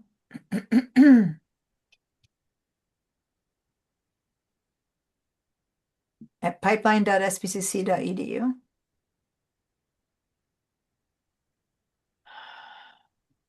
Okay, next. .spcc.edu, perfect. Next. Sign in. You've signed into Google Drive. To All right. continue, close this window, return to Google Drive. Cool. So now if you go to Bridge, you should see Google Drive. Okay. Just close this window. It's trying to give you a tour. Just saying, Okay. I got it. So And then- let's quit. yeah, quit. Quit. Okay. So now go to Bridge. Bridge. Okay. And This there's Google PC? Drive. So double click on Google Drive. No, because it's right here. Oh, Google Drive. Okay. Shared drives. Go to My Drive because you already My copied Drive. the folder onto My Drive. Okay. So hopefully you copy. Yeah, I think you Okay, copied. there it is. There it is. Now drag it back in there. Okay. That normally doesn't need to be. And now Okay. click on that and you should have it class files. And hopefully this time they're considered fresh and clean. So click on that. Click onto that. Okay. Okay. And darn it, it's still half. Yeah, look at Okay, that. go ahead and double click on it and see if it opens. And if not, I'm just giving up, you guys. Not giving up on the class, but okay. You know what? I'm taking screenshots of your stuff and I'm taking screenshots of Cheryl's stuff because they can't be telling us the teachers Google with PDI if it's not working. This is crazy.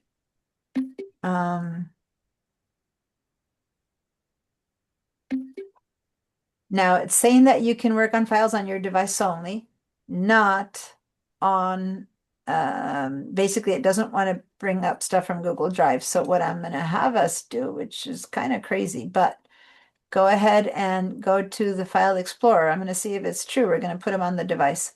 Go down here to your File Explorer. Okay. If this is what it's saying is true, let's go to Google Drive. Double click Okay. In My Drive. My Drive. Double click. Okay. Okay, Now there's grab the this folder and see if you can drag it to like the documents folder or something, or the desktop or something. you mean the whole thing Just drag the whole folder, yeah. to To like the documents. desktop or the documents. Let's see. The Okay, problem with copy. doing this in the past, and maybe they've changed their protocols, but you couldn't do this before because they clean the VDI desktops all the time. So next time you open up, it'll say that it doesn't have the files. And that's why we always kept them on Google Drive. But if what Bridge is saying is true, then it should be able to find them from this computer being your VDI computers. Let's see if it's true. When it's done copying, we're going to go to Bridge again. And then after that, guys, I am like washing my hands of VDI because this is crazy. It's never been so glitchy. I teach with VDI all the time. There's glitches here and there, but this is really not, we're pushing the limit here of glitches, let's say. Okay, Okay, so go it's down to Bridge now. Let's open Bridge again here on your taskbar. It's open. Just use your taskbar. oh, Okay, this is you don't need to be opening it from there each time. You just need to click on the okay. and it'll just switch to Bridge. And then Okay, now go to Documents and let's see if it's true that Documents. it'll open it if you're in your computer. You just copied it onto Documents. So let's see if Okay, there it is. drag it here and then we'll see. Yeah, drag it again over here. To the left. Yeah, Okay. and the bottom one is that one would be your Google Drive and this will be your. Okay, so click on this one now.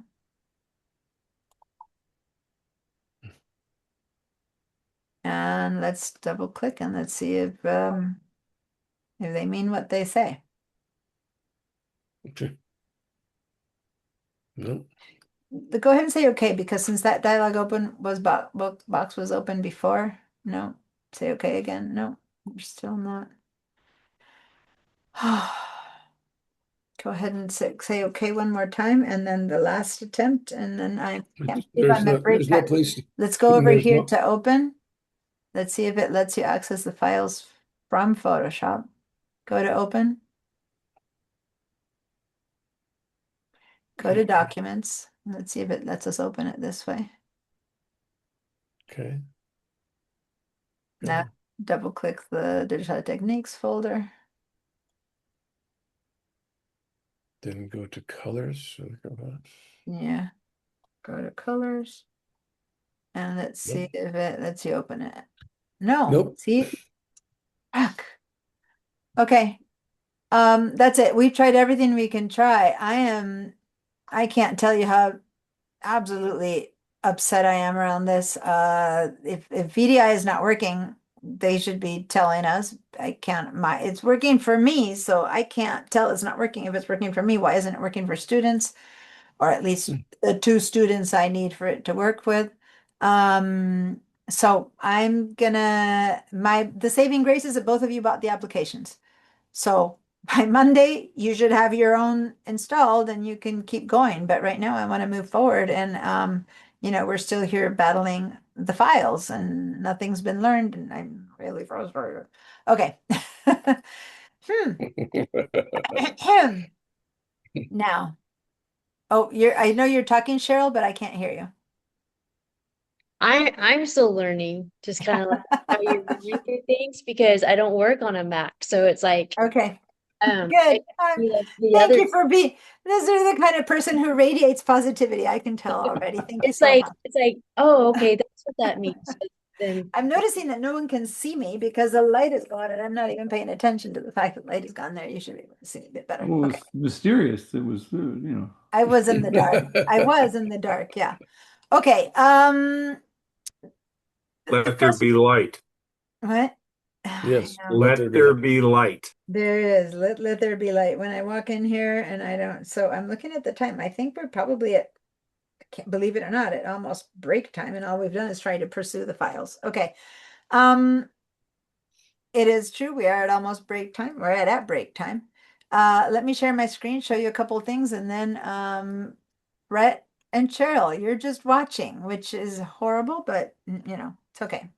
Let's use Cheryl's upbeat, I'm still learning positivity, and let's keep going with that. I like So it. from this has nothing to do with this is what's happening isn't a bridge problem with them. It's the fact that the VDI is not accepting them opening the files no matter where they are. So we can't fix it. It's a VDI issue. Okay, so let me go back to explaining bridge. So those of you who opened up the file in Photoshop successfully, which is Ed and Bob. Let's go back to bridge and let me show you a couple things about bridge. As I said, and this is fine, this is everyone. The reason I'm doing this too, I'm going to spend more time on bridge because ultimately you can't use the tools in Photoshop today, neither one of you two, but you can understand the concept of all the applications you're going to use and how we access them through Bridge, but also I'm going to do a bit more of a demo of what each app does and which files we choose with each one. So I'm modifying in my brain what we're going to do today to give you information that I would have had to give you anyway, maybe a little bit less practical hands-on because you two can't put hands-on. So what's up with when you do a digital design, anything, the book cover, the page cover that you have? Not sure, Bob, whatever I give him to do, his project is redo an AI, whatever I give him to do. So whatever project we're working on, be it a business card, be it a website, all of these things have an end product in mind. Some of that end product is digital, such as a web page. Some of that end product is physical, such as a book, an actual book. The book might also end up in a PDF that you can give your book as a PDF to someone. But I believe, Bob, that you have books, books in your hand when you're done, right? Because you give them to the artists. At the very least, you give them to the people that you photographed, and then I don't know what other way you distribute them. So we're talking about a physical product versus a digital product if you're doing something that's online. What materials, the source materials you need for these two distinct type of products, virtual versus, I call it physical, like a thing in your hand. The source art when it comes to photography is quite different. When it comes to illustrations or vector files, it's not. It's the same art works for both, but the same art doesn't work without modifying it in one way or another for when you want something to be online as when you want something to be printed.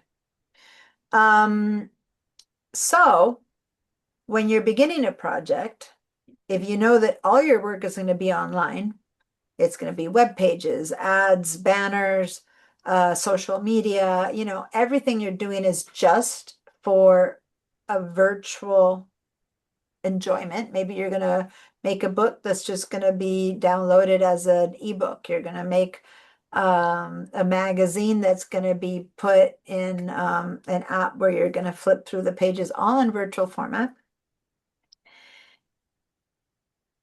You don't need high resolution photos. You need photos that don't have that many pixels. Why? Because the file has to be really tiny in order for that file to download quickly into the other person's computer. So if they're trying to go to your web page and look at your website, they don't want to sit there forever waiting for a photo to appear. They want it to pop in instantly. So the file that you upload into that web page has to be optimized for the web, which is a very different way of treating the file than if you are creating a book where you have to optimize that photo to be just right for that book. And that book might be a 4x5 little flip book, or it might be an 8x10 coffee table book, or, you know, or it might be a print for the wall and it's going to be, you know, 24 by, 18 by 24, or whatever it's going to be, right? Does that make sense? Each one of those needs is going to be, there's going to be a different way we're going to optimize that photo for each one of those end products. Okay. So we're going to use Photoshop to optimize that photo for these different environments that our products might end up in.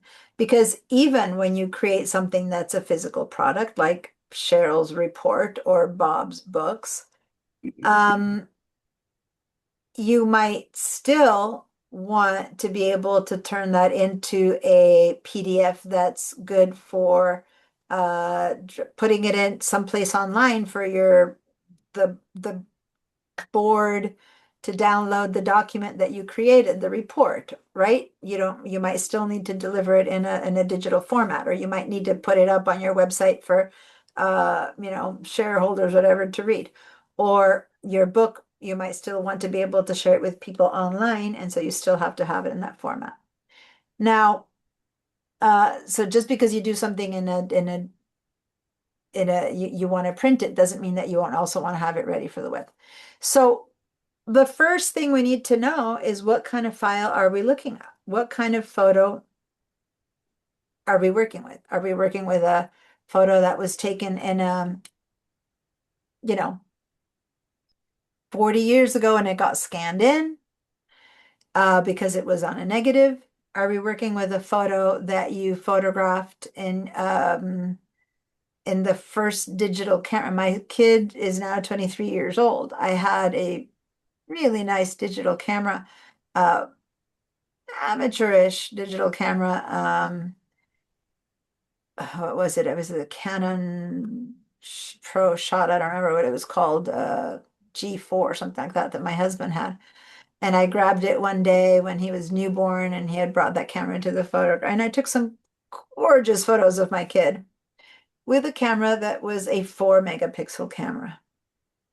Lovely photos. But I'm limited by not the lens, not the quality of the photo. The lighting was beautiful. Just, that he had a little bit of hair on his body, and so this little shine of hair on his skin. It was a gorgeous photo. But I'm limited by the fact that the image was taken in a camera that could only capture a total of 4 megapixels, 4 million pixels. Now, that's not much of a limitation. If what you're trying to do is a beautiful little print, But it is a limitation if you're trying to get an 18 by 20, thing in a photo show. You know what I'm saying?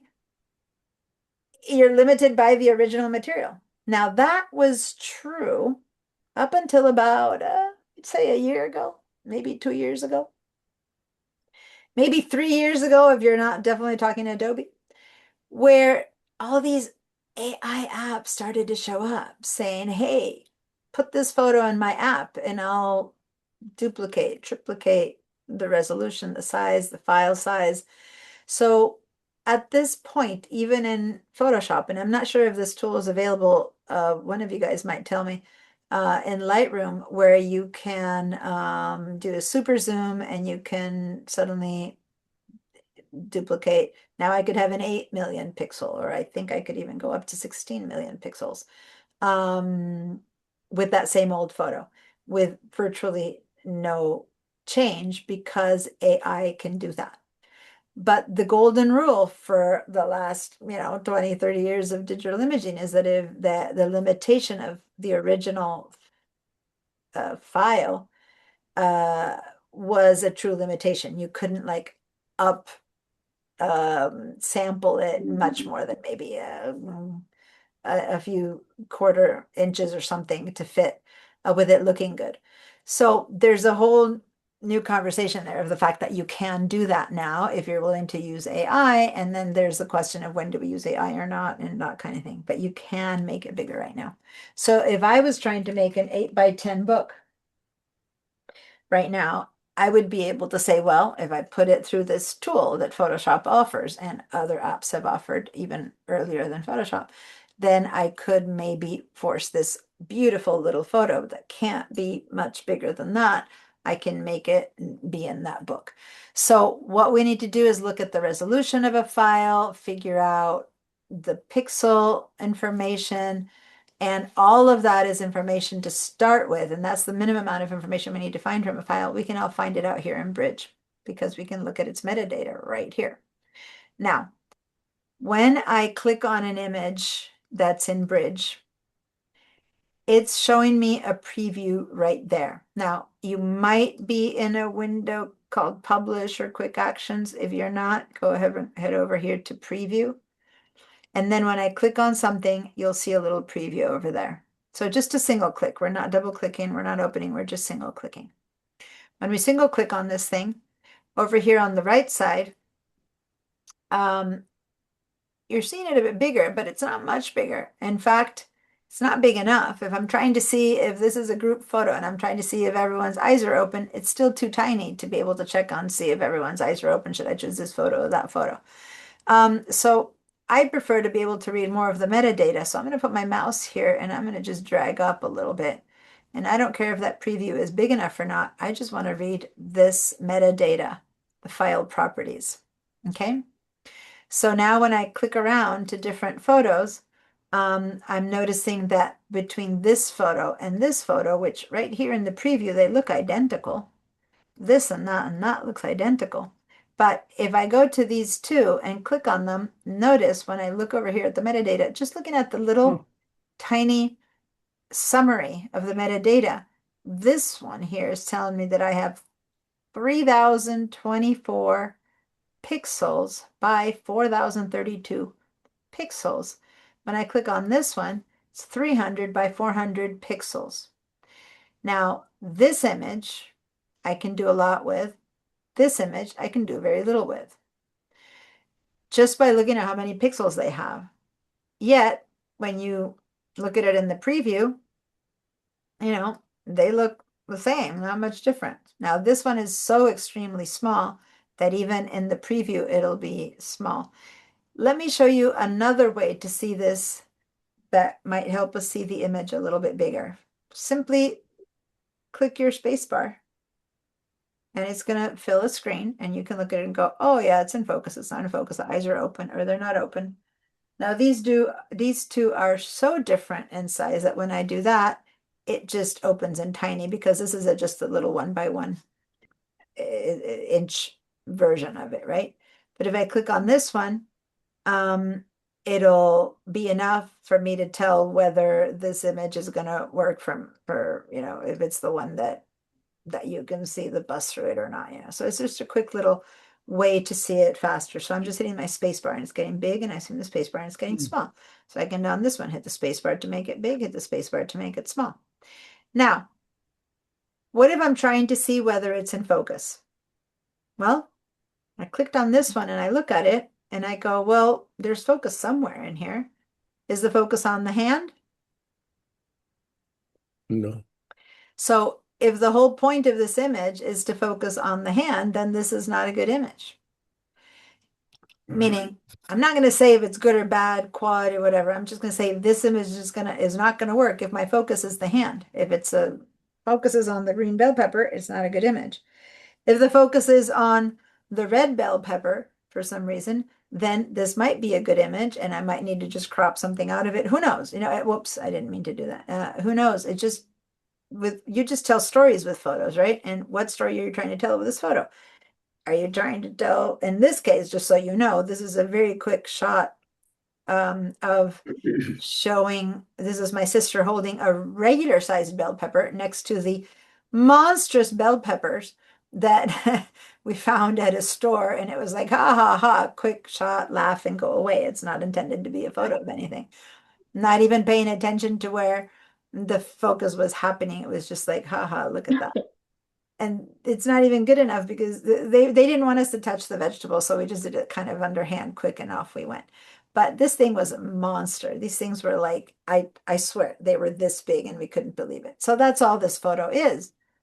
But down here, I wouldn't have been able to tell, right? Without seeing it bigger. So what if I wanted to see them bigger over here? Then down at the bottom, I can go and move this slider to the right and to the left and see these images a little bit bigger. But even then, it's not really 100%. And what you need to do to check on an image's quality is to see it at 100%. So where do you see 100%? In this tiny little preview. Watch. When I put my mouse over this preview, see, I'm seeing like a magnifying glass appear. I'm going to click. And when I clicked right there, and I can make it bigger just so that you guys can see it in the share, so you can see it a little bit better. If I'm going to click, see when I'm clicking on this hand, I'm looking at this finger. This little finger is being shown to me at 100%. Right there. See, it says image to DNG 100%. So this little bit is 100%. 100% is the best quality I can look at an image at and figure this is what it's going to look like when I print it. It's going to be different for your computer than for mine because it's 100% based on how that pixel is looking for me, based on the resolution of the screen I'm looking at, which in this case is a Retina screen, Apple monitor, whatever. But it depends on the monitor, what you have, pixel to pixel. So I don't even need to look at this image in big. All I need to do is click with this over here and go, oh, if the focus is the green bell pepper, I shouldn't even bother with this image. I shouldn't open it. There's no focus there. Does that make sense? If I click on that end of it, if I instead click on this part of this bell pepper, I might go, oh, that looks like it's, that bell pepper is in focus, right? Because there's lots of focus on this portion of that bell pepper. So that's what this little preview gives you. It's just a preview, literally, of focus at 100%, or quality at 100%. That's all that this is good for. So you don't really need to make it bigger or smaller to see it, because that little window is going to tell us where it's in focus or not. Or hit the space bar and go, but this might or not still give us a good quality. The third option is to just open the file, which we did with this one. But when you have, Bob, there you go. I'm sure that when you do your photos, you don't just took one shot of that guy. You probably shoot how many of that moment? How many did you shoot of the same exact moment, or this same? How many times do you click your camera? Which guy? I'm showing it on screen. It's not showing up. This one? No. Oh, you're right. I don't have that window shared. Hold on. Let me reshare the screen. I was trying to share your burlesque photos, but I didn't have that screen being shared. So let me go back there. There we go. So when you shoot any of these, right? Oh, So I'm going to click on it and this is coming up. How many shots did it take for this moment? maybe 3 or 4. Okay. So there's 3 or 4 of these, right? Well, I mean, this guy's a burlesque performer, so he never repeats himself. So they're never, and of course the pins are flying in the air in all sorts of different directions. So, So you yeah, really took only 3 or 4. I would have thought that you would have had to take many more. no, well, I'm using an old strobes, and Oh, I can't speed it up. I have to let things refresh and okay. Yeah, yeah, yeah. I know. I know what you're talking about now. Okay. But the positioning of these, how do you call them? Pins? yeah. Pins. Um, I would have thought that maybe you had to take more of them to get the perfect positioning or something, but in 3 or 4, you were happy and moved on to another. Well, good God, he moved on. Okay. I mean, there were 600 people that I was photographing. I mean, Oh, okay. I didn't know that. yeah, So what do you mean? it's like a giant, there's no such thing as burlesque bowling. And these people are dressed up in ridiculous outfits and they're, pretending they give awards for bribery for the judges and things. It's quite entertaining. Yeah. Okay. Well, see, I wasn't aware. I just assumed that this guy was posing for you to take the photos, but you're saying this is a place where there's a ton of photographers vying to No, take. no, just there's 3 photographers. I'm the only one with the drop. I'm the only one photographing this stuff. Oh, okay. Yeah. Okay. When you said 600 photographers, I thought it was one of those places where people pose for everyone to photograph. No, it's the other way around. This is No. photograph for you. Okay, yeah, I got confused when you said that. Okay, so normally when you go to Bridge and you're looking at this shoot, you might see, in your case, 4 of those, and you just need to approach all 4 and see which one has Yeah. the best positioning of the pins in the air that you're going to make the choice of, right? And Yeah. you're going Yeah. to use all these tools to decide which one it's going to be it. But sometimes you Diane, might, what's that?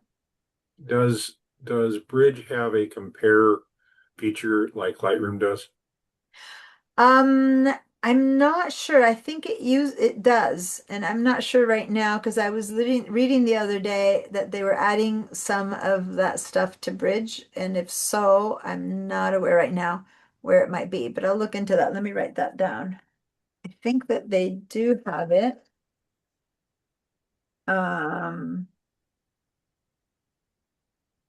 so I'm writing this down. Check out compare feature in Bridge, and to see how it compares to the Lightroom feature. And right now I don't have any duplicate or triplicate images to use anyway, but I can do it with some of my own images. Mhm. Mhm. All right. So so what I would do then is say, okay, if this is the photo I'm going to use, if this is the perfect shot and I like its focus and all of that, then I would go down to the metadata and I would start reading and I'd go, oh, okay, so that's 8,000 by 6,000. So there's a lot more pixels. Here's the file size, here's the camera, the ISO, all that kind of stuff, which if it's your photo, you might care about as a photographer. But if you're the designer who's trying to make a brochure of this thing, then the photo has been taken. You don't care about this portion, but you do care about this portion because someone gave you this photo to make a brochure with, and then you need to know if the photo they gave you is going to work. Okay? So then you read the metadata, you figure out how many pixels it has, what's, color mode, colors, all this kind of stuff that we're going to learn as we go through the next few meetings. Has anyone read the handout that I asked you to read? Yeah. Yep, Bob read it. Cheryl read. Did you guys get a chance to read it yet? I think so. Read? Yeah, Cheryl, did you get a chance to read it? The one about resolution? No, I No. haven't read it yet. Sorry. And sometimes it's hard between Monday and Wednesday to do this kind of stuff. So normally that's more like a Wednesday through Monday for those of us who have like tight schedules. Okay. Sorry. I have a sick son at home, and he was just asking for meds, and I just sent my husband to pay attention to it. Sorry. I just want to make sure he got my message, so I had to look away. Okay. Which, by the way, I'm about to give us a break because I'm going to go and tell my husband where the meds are because my husband, I'm the nurse. I'm the family nurse. Okay. So anyway, so basically you're going to check out the photos here. You're going to decide which one's going to work. You're going to do many other things, but right now we're just going to use it as a way to select it, open it directly in the program. But you have INDD, which is InDesign Documents. You have DNGs, which is a raw file. You have an AI, which is an Believe it or not, AI for years has been Adobe Illustrator, not artificial intelligence.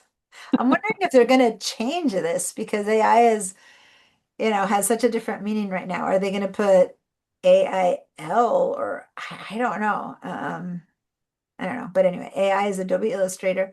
Sorry. I'm going to give you a break because they're all like, where's the meds? I'm going to have to go.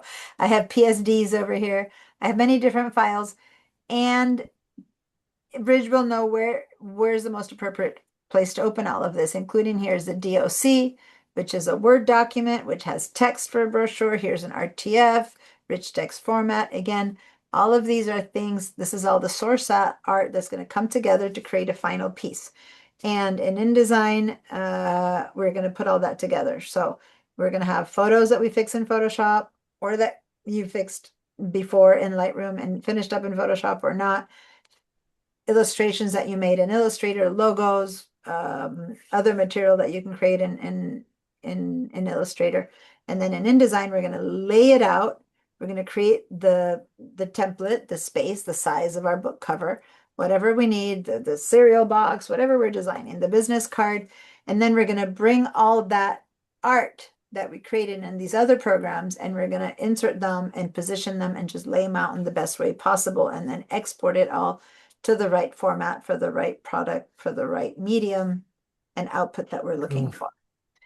Okay, so that's kind of like the workflow, the workspace. So we're going to kind of start that way. We're going to just open each one of these programs and see how they compare and how they differ when we come back from break.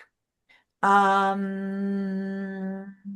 going to do 15 minutes, and I'm looking at where my chat is so I can put that time. What time is it? 6:58, which means by the time I'm done with this, it'll be 6:59. So that's almost 7. So be back at 7:14 p.m. That's about 15 minutes. Okay. See you guys in a little bit after I take care of my kid.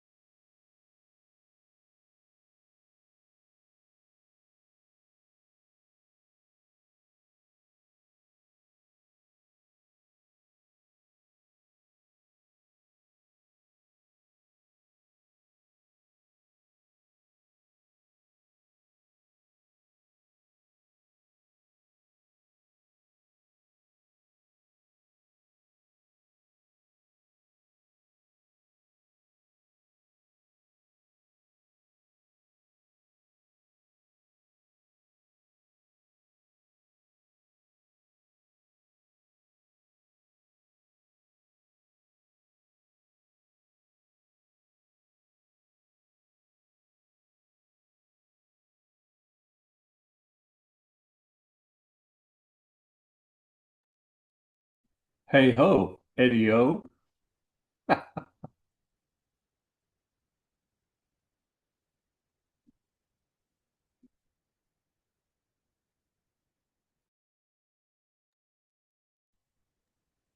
Had my audio turned out. How you doing? Huh.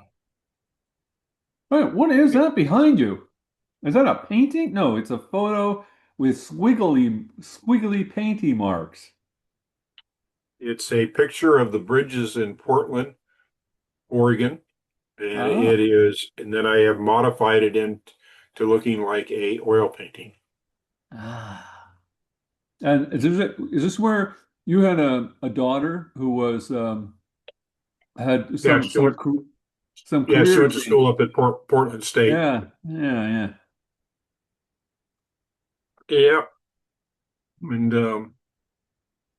it's amazing. During my work career, I probably was in Portland 10, 15 times, yeah. and I had never stopped to take a look. And when we went up there for the for a graduation, I went out and saw the waterfalls along the Columbia Gorge, which were like, 5 minutes from where I was working. But I it just laughed my well, I didn't laugh because I'm pissed, but when Trump said that, that Portland was this den of, terrible and everything else, is one of the friendliest, nicest people you ever meet. Mm. They have an issue with homelessness like every other city from COVID, and generally they're, in fact, as long as you're not out in the boonies where you're around the skinheads, it's a nice place. But the skinheads are Republicans; they're not Democrats. God. No, I remember there was a Elvis there was a window. Let's see, how did it work? You put a quarter in and the Elvis stuff, there was like a display that moved around, it was animated and stuff. And there was Zombie Donuts, this place that they actually had a little bit of trouble because they were putting Percocet and things on the donuts. Ac- Actually, that became, I'm going to tell you this is really weird. That became a cafe, and we ate at it when we were there. My daughter wanted to go there, The Zombie and Donuts or the Elvis place? well, the zombie cafe. Oh yeah, yeah, yeah. And it was kind of an interesting place. It was kind of like, had a little bit of a New Orleans feel to it, Yeah, the zombie yeah. part, the voodoo. It had a Southern soul food type of thing because it was, um, well, when we looked at it online and stuff, it looked like it was all African American. We got there and everybody was, white. It was kind of, okay. Yeah. And it's right in the middle of the African American section of the town. So, Hmm. um, it's really weird. Did you catch the dichotomy about when I asked her whether or not Bridge had a comparison factor that she would look it up? Yeah, yeah, What yeah. does Bruce say when you do that? Well, Ed, look that up and tell us what next class. Give us an explanation. Yeah, honestly, the only time I've ever used Bridge ever was when in Bruce's class. I mean, I just ignore it. We didn't use Bridge in Bruce's class. Sometimes, yeah. Well, the issue here's the real thing. So you've got Lightroom, which is a database. So it Yeah, has indexing of all of the information.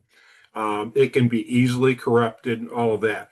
Then you have Bridge, which is just using the file structure of your computer for you to be able to bring together all these different elements that you're going to need to do when you do like your cover, because you've got text, you've got got in when you learn about it, when you start using InDesign. Um, and you can't do that in Lightroom because it only handles photos. no, So it's no. it's a good product, and they made it better. If you're on the it will actually do a database now, as well as the direct view. The database is the reason that I moved off of Lightroom years ago to On1, because Hmm. On1 allowed me to catalog my images with a browser. So I Oh, didn't I have see. to create a database. Remember, I'm a database guy, and Right. Adobe's databases sucked. I don't know how many times I'd have a huge Lightroom catalog, and all of a sudden it'd get corrupted. And I'm just sitting here going, no, because it takes hours to Yeah. Yeah. uncorrupt one. And I just finally gave up. And when they decided they were going to charge me every month, I went, bye bye, I'm gone. And Yeah. my friends up at Adobe, they're using me as a guinea pig. So they don't want me to look at the AI stuff photography wise, because they know I know Photoshop and everything else. And when they heard I was going to take a class on design, and they know I don't know Adobe Illustrator and InDesign that well, I've Hmm. taken this class a couple times, but I only did it just kind of for general. And the whole thing is just to determine one thing: where's the line of acceptability?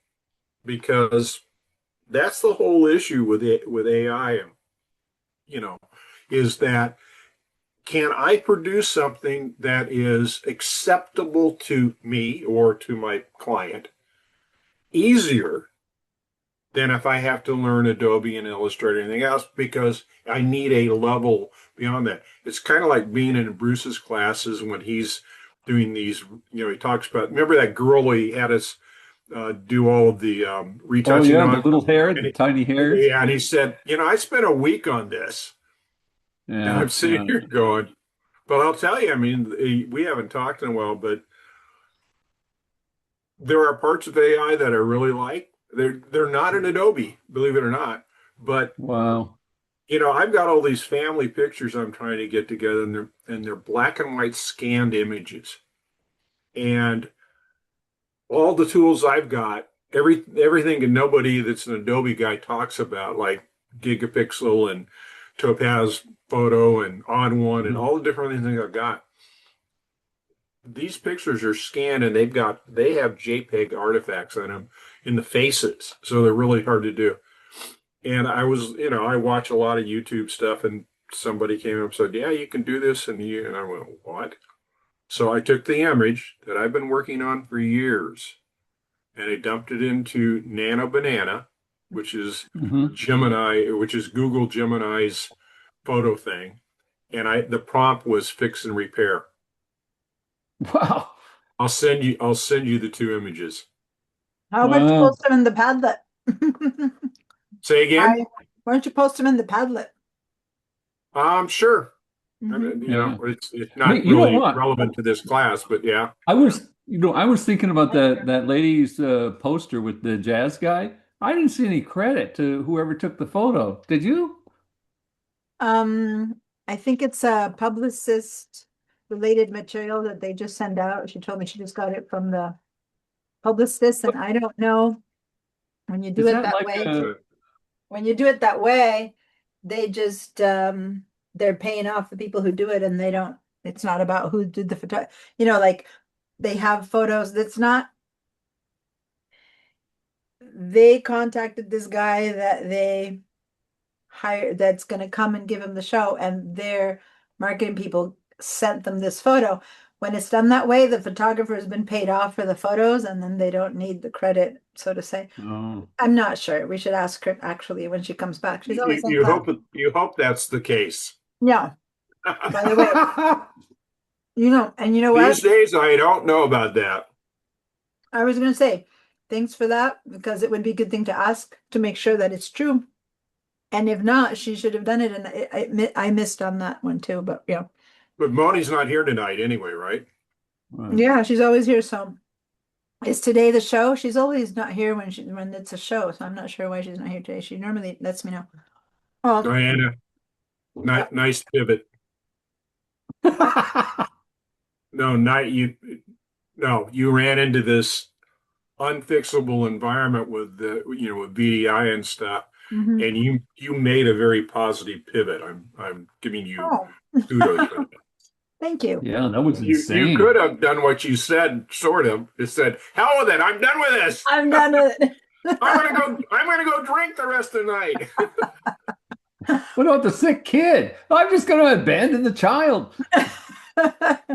He's not such a child. He's a kid, but he's in college. He's just Oh, he's 18. So and when I said my kid's sick, he's still my little Yeah. baby for me. But the whole point is, how And can you it have be to. that I have old kids, husband, and not a single person in this house knows where the meds are than mom? It's like, okay, come on, guys. He just finished high school and is going to I'm not sure Bob knows that you're Argentinian when we're talking about drinking. Oh, yeah. yeah, I'm from Argentina. So anyway, thank you And guys. by the way, since I brought that up, have you made it to the Argentinian restaurant here in town yet to tell me whether it's authentic? Bueno Ona or what? Buenas Onita? ondas. Buenas ondas. It's not necessarily an Argentine restaurant. Let me just correct you because we used to have an Argentine restaurant. Anyone who was here in the times of Café Buenos Aires. Oh, okay. This is actually Buena Onda is an empanadas place, and they are actually really, surprisingly enough, they are very Argentinian empanadas. So I like them very much. Some of Yeah. them. Yeah. Yeah, because so The much. cheese one. Yeah, I mean, they're very Argentinian. They are great. I like them. Other than they're not anywhere near my house. Oh, they're near mine, so it's pretty tempting. All right, so guys, yeah, here's the thing. Thank you. First of all, this is like a mini class. There's like 5 of you guys, and there's 2 of you guys who can't do it. And I have a lot of like talk to do in this class beyond doing, so I'm kind of hating not doing too much, but I'm explaining a lot of the theory and all the background because that's the best way to do it and not to leave you other guys behind. So yeah, just I do what we can to make us take advantage of the time the best we can and make it work. And both if I knew that you guys weren't going to have the apps, then that's a whole nother story. But you're going to have them, so this is the thing for both of you guys. Make sure to check your pipeline email because as soon as they get in touch with you, then you want to go and get in touch with them back and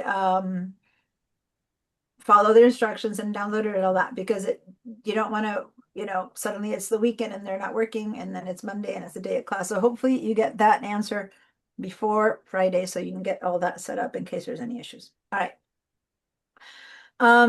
So thank you, by the way, Ed, for saying nice things about me. And off we go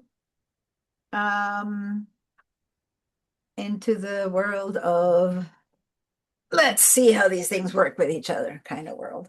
All right, so who has used Photoshop before? No matter if a lot or a little. If you have, give me a yes. If you haven't, give me a no. Just to remind me here.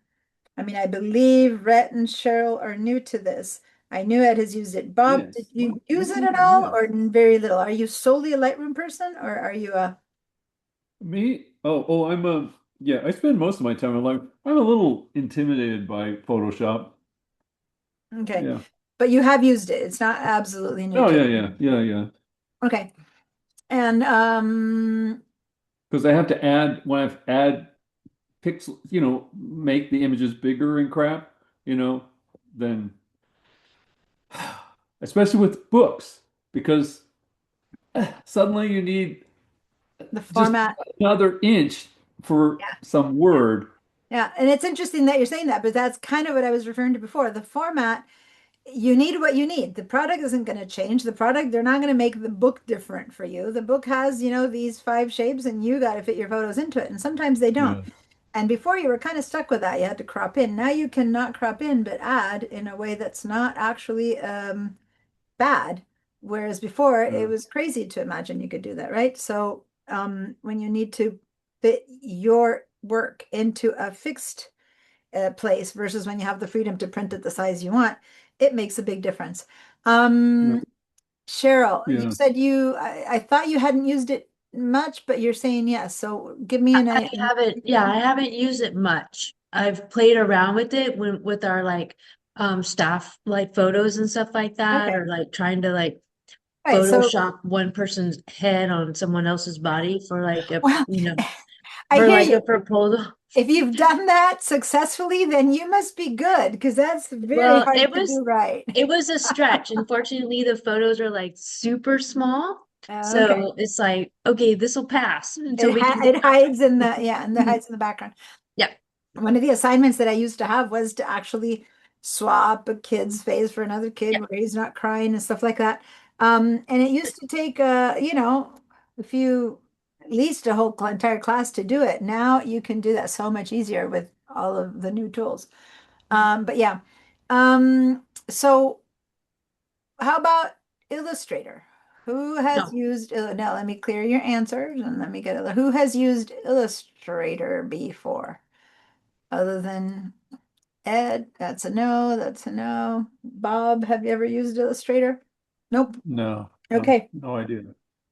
When Moni comes back, Moni, that's her favorite thing. She went from zero knowledge in Illustrator, and whenever she's in the Illustrator class, you should see the stuff she's making. She's really good. And Ed, you've taken the class occasionally, right? Or not? Was it Illustrator that you took, or was it this one?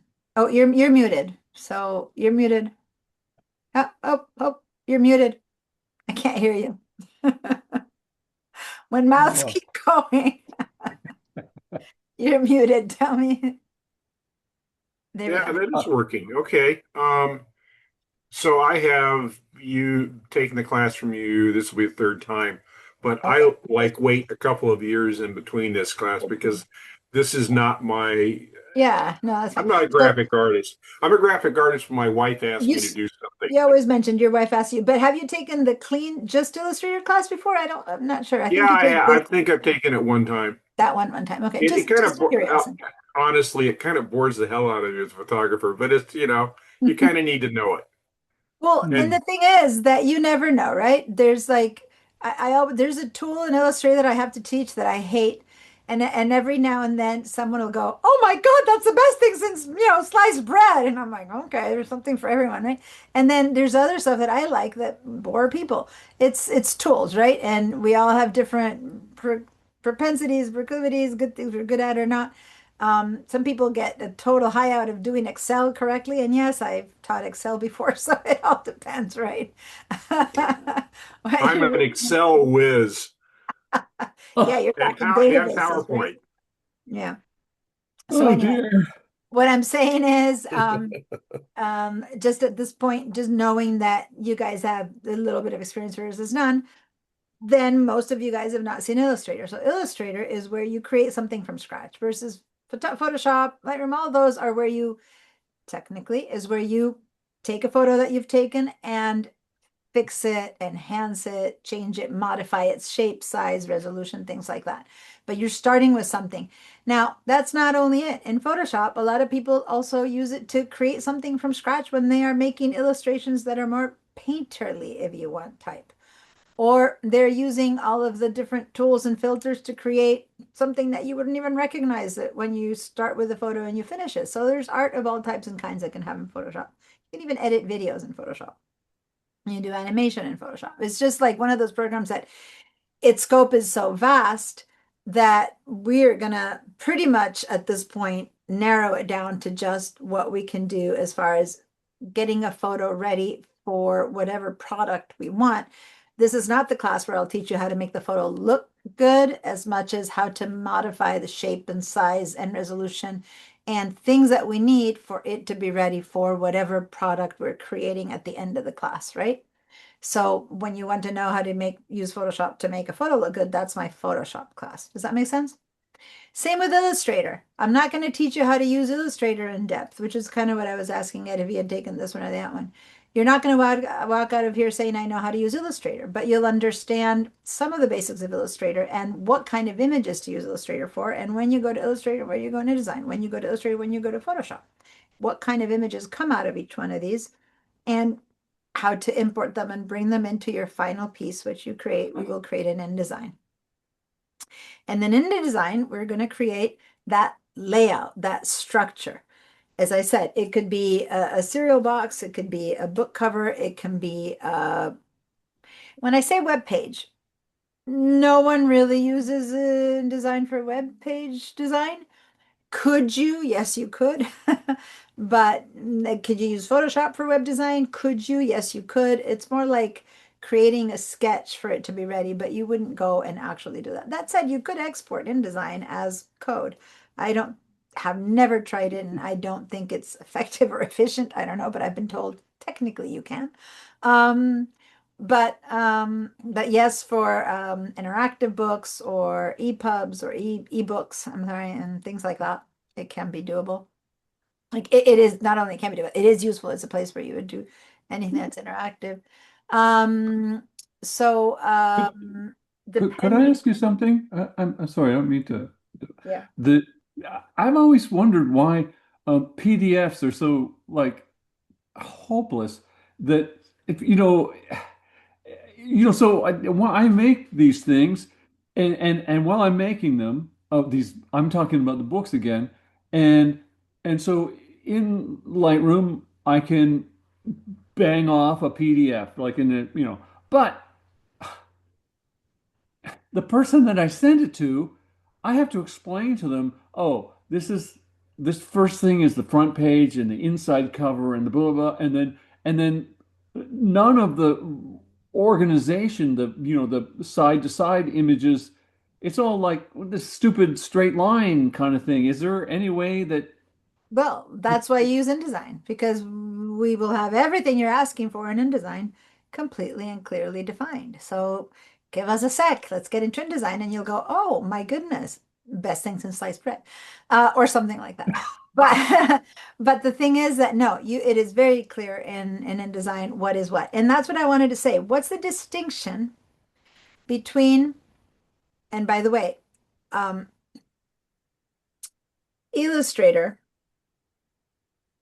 and InDesign have a big overlap in that as long as what you're designing is a flat one-page thing, you could do it in either one.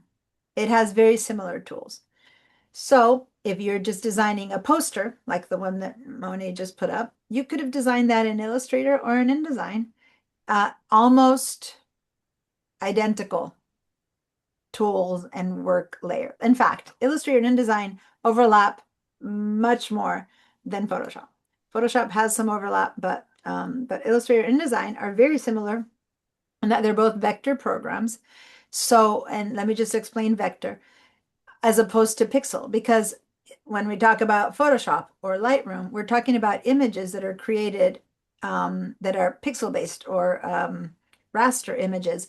So if you want their cells that make the image are little dots of color. So we're going to go in and see a pixel versus, and you're limited by that. So for better or for worse, that's your limitation, depending on if you have an old photo, as I was talking about, or the quality of those pixels and stuff like that. But in Illustrator and in InDesign, we're talking vectors. And the technical description of a vector, I'm sure Ed can give you a better description of it. But basically, it's imagine it's the computer making calculations and coming up with a straight line. That straight line is going to be absolutely perfect versus you're not going to have a perfect straight line in Photoshop ever, because Photoshop is not going to have, well, I'm sorry, Photoshop has vector tools now. Sorry. In pixels, you're never going to have a straight line, but you do have vector tools also in Photoshop. So if you use Illustrator and InDesign's tools in Photoshop, you will get vectors out of that. But other than that, we're talking two different languages. And in Illustrator and in InDesign, the languages are much more similar. So for simple single page elements, you can use either one.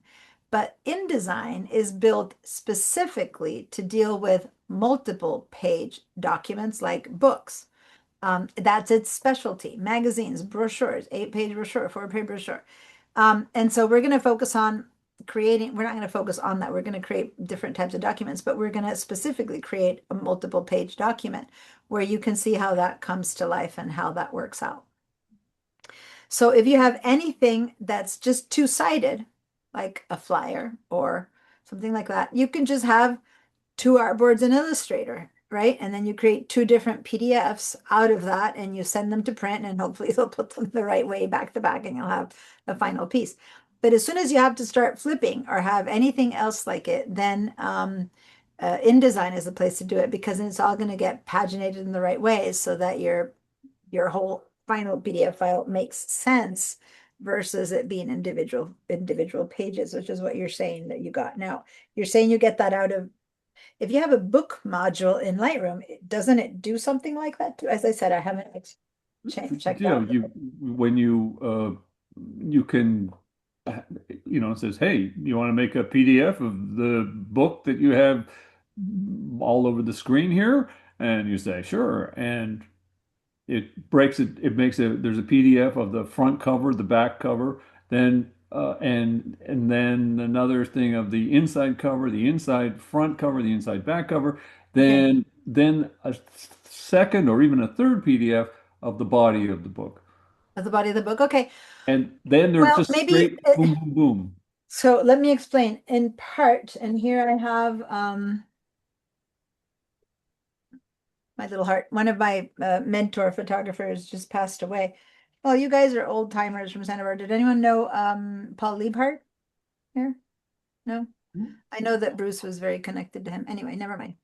He was an amazing photographer that just passed away, and I just went to his memorial service, and there was a lot of this book in particular had piles of it, and everyone was invited to take one, so I have it sitting right next to me.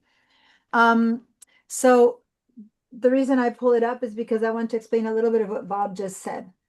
Whenever people talk about stuff, I'm going to use it as a teaching moment, right? So I'm not, hopefully I don't want everyone to say something and no one else will have any idea what it's talking about. So here's what's happening.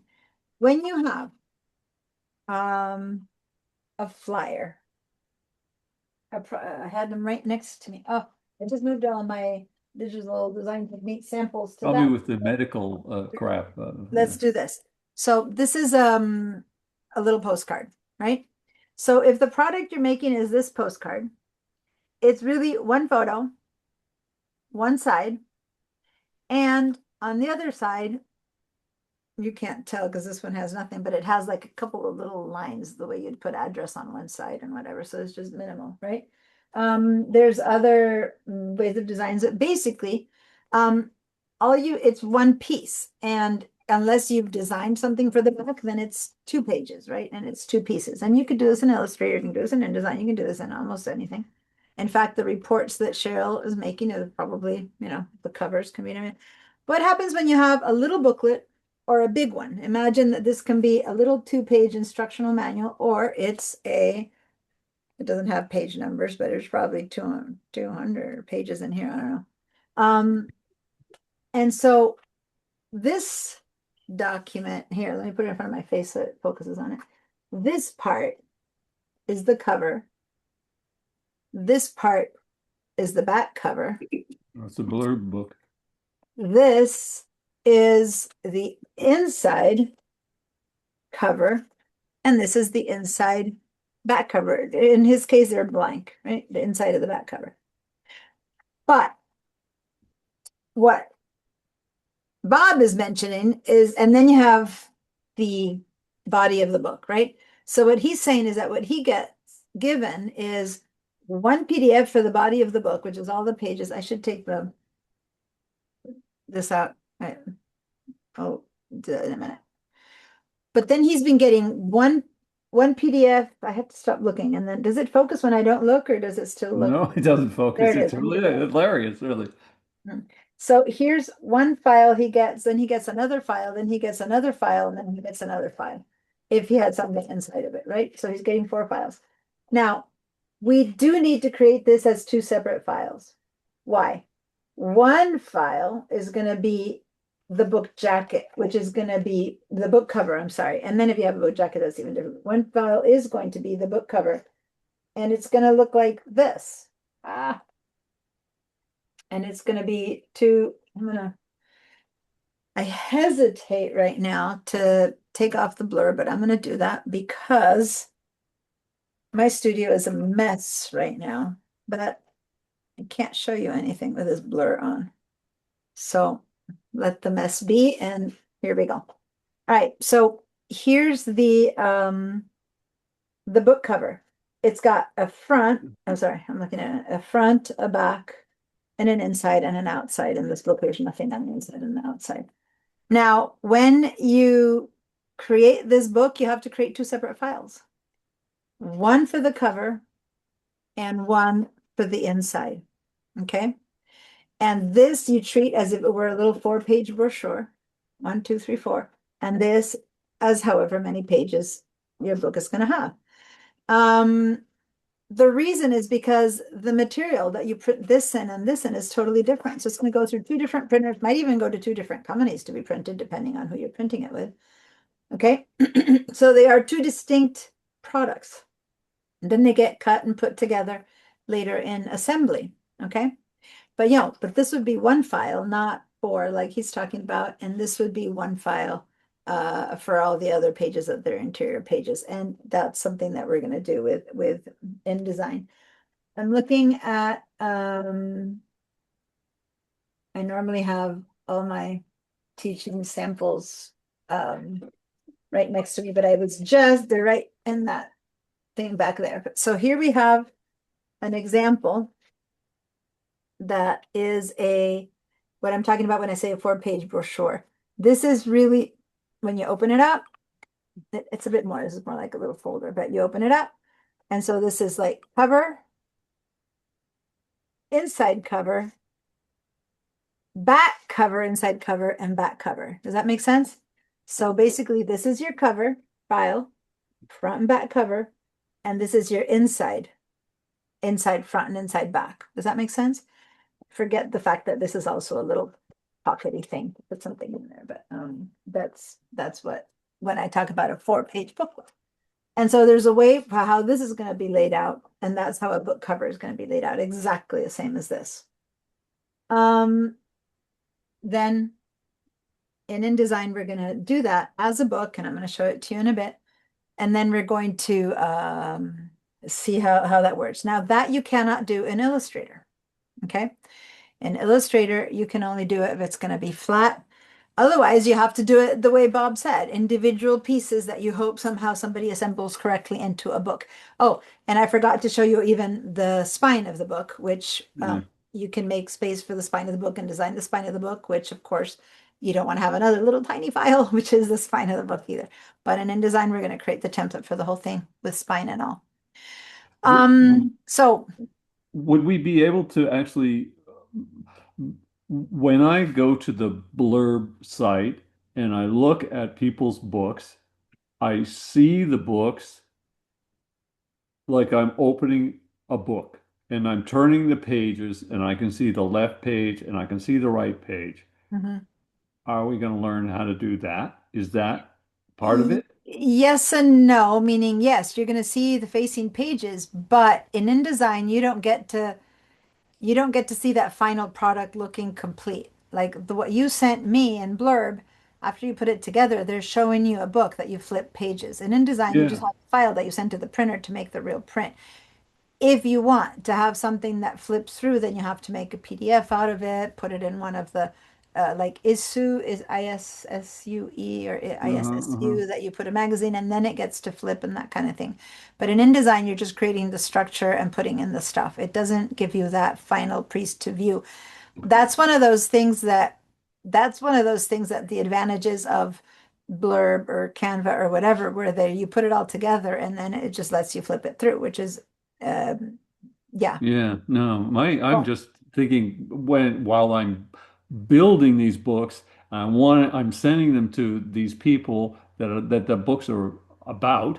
And I'm sort of asking their take on things. Yeah. Well, you can do I that. want them to be able to know what. It's Well, like let's wait until we're going to open all these programs up right now and you'll find out a little bit more what it's going to look like. So then you'll have a better idea of what you can and not do. These are where you build them. It's like saying, when I look into Photoshop and I fix this photo, does it already look like what it's going to look like in the print in the wall and the frame? It's like, no, you still have to print it out, put it in a frame for it to look like how it's going to look like. It's just the raw file that you need to send to the printer to get the final piece. So we're going to output a PDF that shows you what you could, there's the output PDF that you're going to send, you can have it, wait until we get there. Paginated. You can get it paginated, yeah. Yeah. So here we're in Photoshop. For those of you who managed to open this file, which is only two of you guys, we're still there. So here's Photoshop. That file opened in Photoshop. And when I just look at this in Photoshop without going into all of the metadata and into all the different tools that are available for it, wow, really? No. No, I thought that was the end of class. No, we're still at 7:42. That's my alarm ringing, but I'm like, is that already? Did we already get it to the end? No. But when you're in Photoshop, you look at this image and you're like, how do I find out?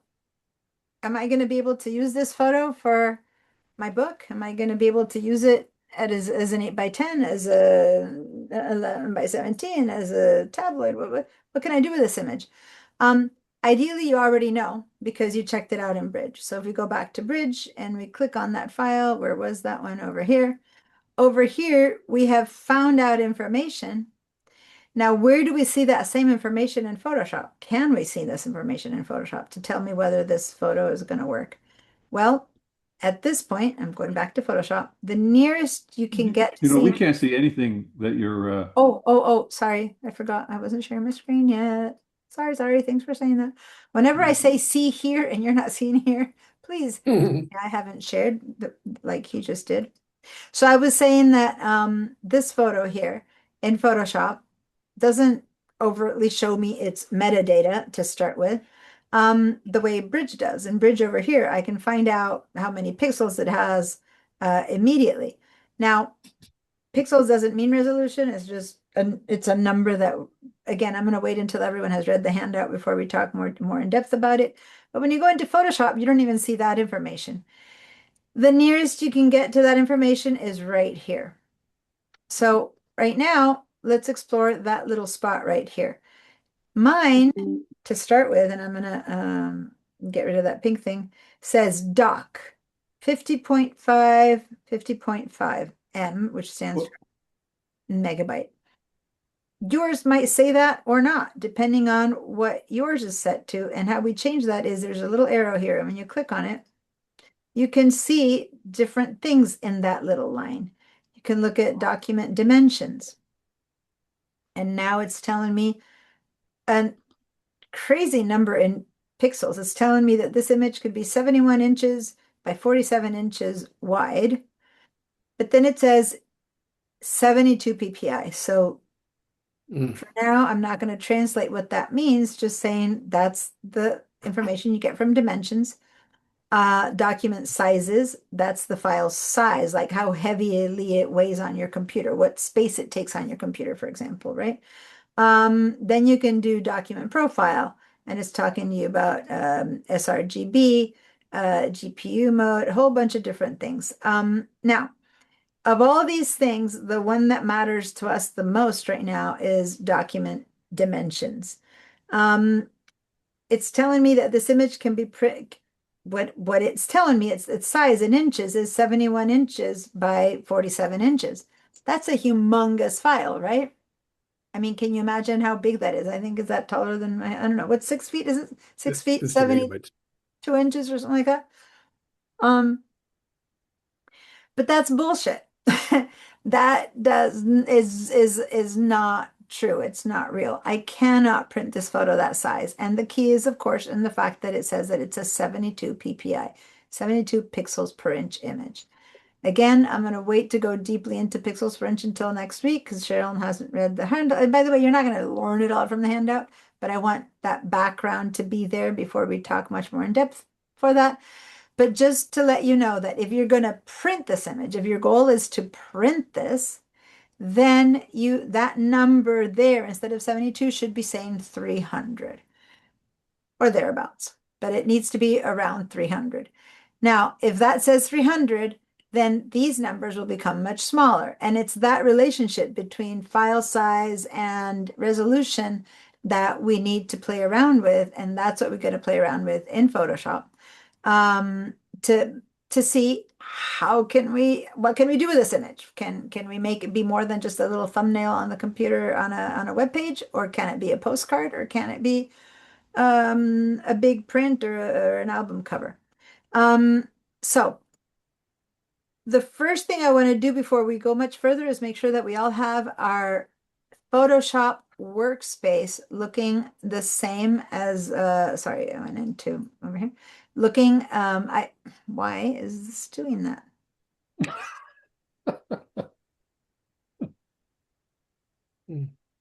Let me stop this share.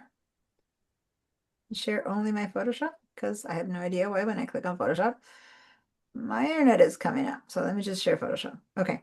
So,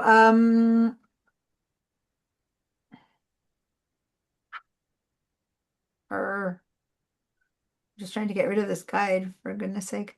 Okay. So Photoshop, I told you, can do so many things. And at the far, far top right of all these programs, you have a bunch of little icons. And the most important one that I'm going to refer to right now is this guy, the one that deals with your workspaces. And we're going to open the different applications, and we're going to explore these workspaces.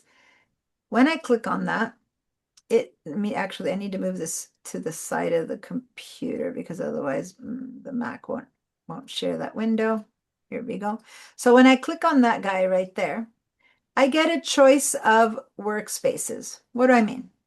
If I click on the word Core Tools, which I believe most people who first open Photoshop at this point for the first time, if it's new to you, I think the default setting is Core Tools, and correct me if I'm wrong, but I don't think anyone is opening it from scratch right now, because Rhett doesn't have it, Cheryl doesn't have it, and Bob, you've opened it before.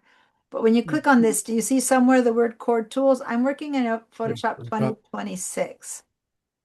Are you working in 2025, I believe, Bob? I saw on your computer? Okay. Yeah. And it still had it in 2025.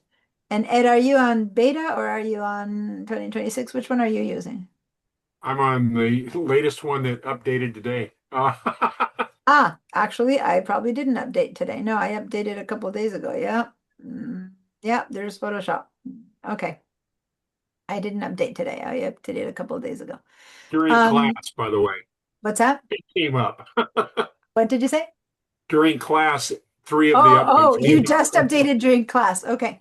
All right. So Core Tools is kind of like the default setting for, like, let's just say newbies, right? So over here on the left side, there's just a small amount of tools. This is the smallest set of tools Photoshop has ever presented. And it's basically like, I don't want to overwhelm you. Let me show you the basics. That's what the core tools are. And here on the left side, you have a bunch of tools. Over here, you have some windows, some panels that show you different tools of what you can do. And on top of that, each time I click on one of these guys, something changes up there. So if I click on this tool, the control panel for that tool here changes. If I click on this one, that changes. If I click on this one, that changes. You see that? So this will always change according to what tool you're clicking on. Does that make sense, you guys? Because say that I choose that I want a brush. It's like you go into your studio and you go, I want a paintbrush. And they go, well, what do you want? Do you want a big brush, a small brush, a fat brush, a skinny brush, a hairy brush, a hard brush? So here's where you make choices about what kind of brush you want. But this is just give me brush, right? And here you make choices about that brush. So this panel modifies these tools. Then on top of that, here on the right side, we have a whole bunch of other sets of panels that do modifications, not so much the tool itself, but to other things that we can apply. And this whole set is what we call the workspace. What tools are you seeing available to you at all times? That's the workspace. When I click on this thing and I switch, say, to Essentials, when I click to Essentials, and when I did it, I wasn't paying attention. So let me go back to Core Tools. Do you see how things are changing between Core Tools and Essentials? If you didn't really focus too much on that, you'll see, but notice over here, suddenly I have a ton more tools on the left side. And these tools here have changed. Now I'm going to switch to motion, and there you go. We can do animation. And now we have a whole nother set of tools over here and over here, et cetera, et cetera. So painting, tools for painting, tools for photography, tools for graphic and web.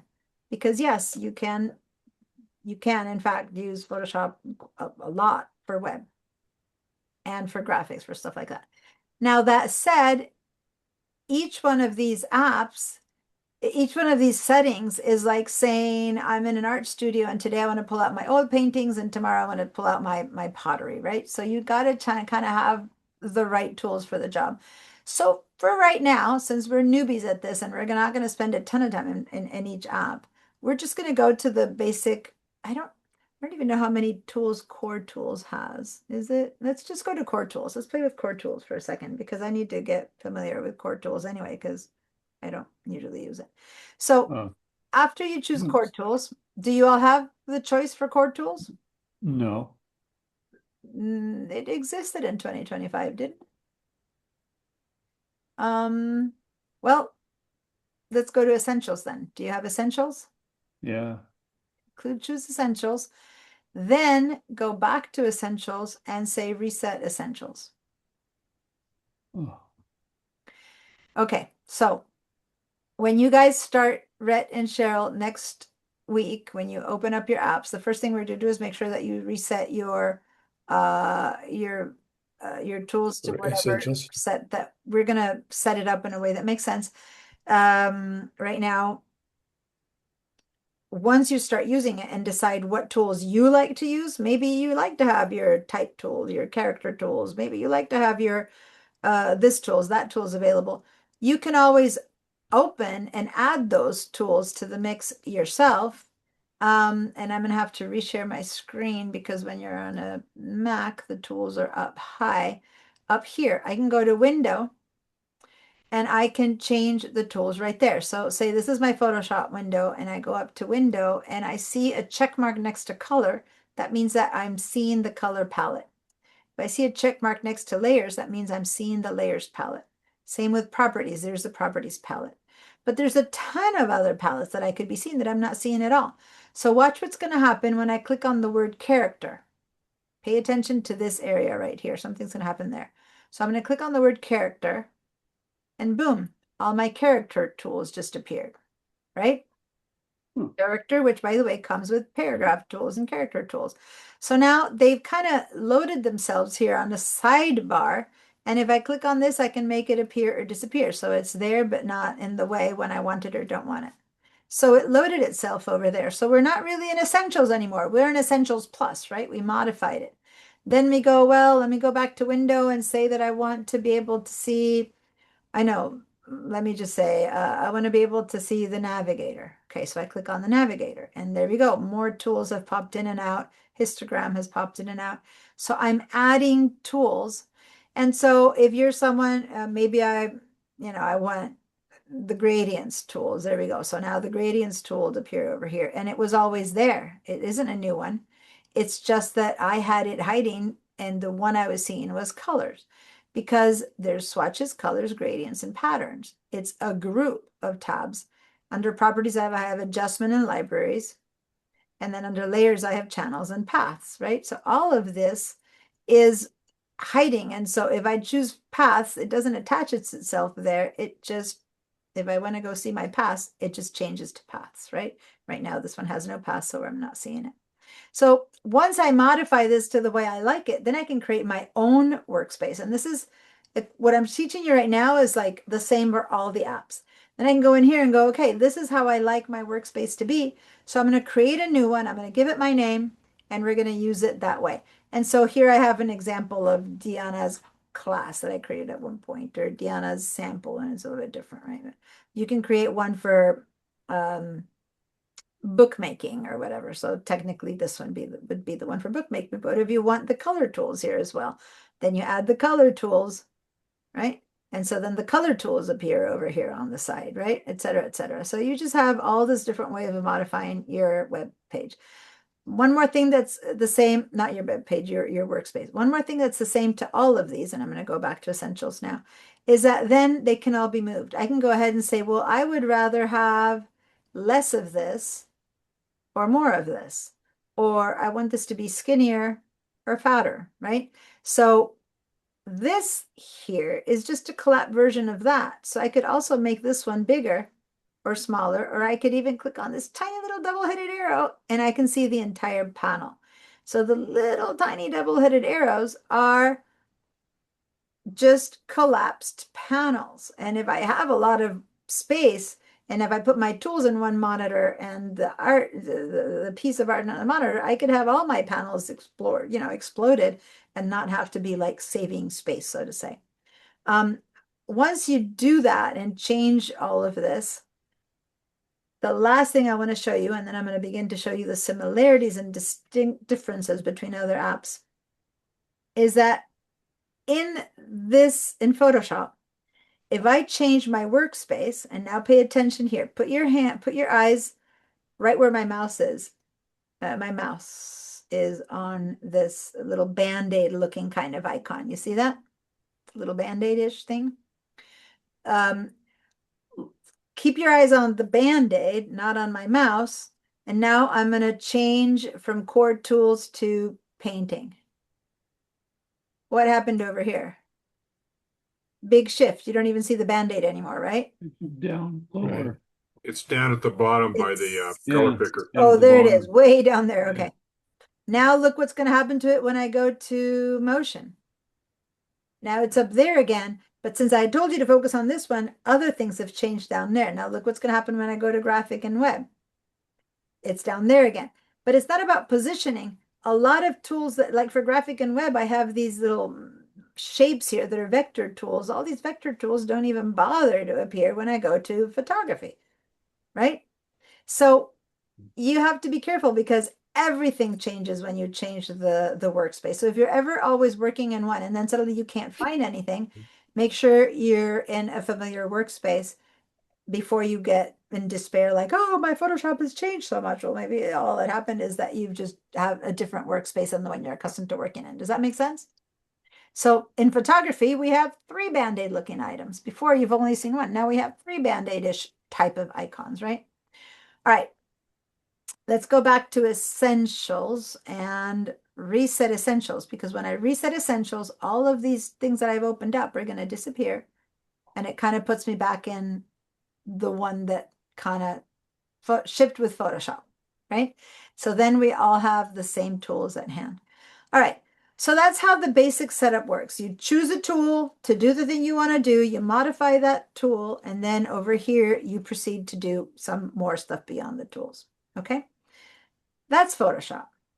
Now, this is a bad photo to show you this, and since most of you guys know how to do this, I'm going to head to Bridge, and I'm going to open a different photograph to show you what I want to show you now. Let's go to one of these guys. I'm going to go to the big one, so not the one that says resample to 1 by 1. I want to go to the image 5400 JPEG. It's a JPEG straight out of camera. When I look over here, I can look at its metadata, and once you begin to understand about metadata, you can already begin to have an idea if it's something that you're going to be able to use for your project. But again, I'm going to move on that on Monday. Let's just double click. I'm going to open with regular Photoshop because my beta keeps trying to open up. I'm going to have to disable beta for this version of how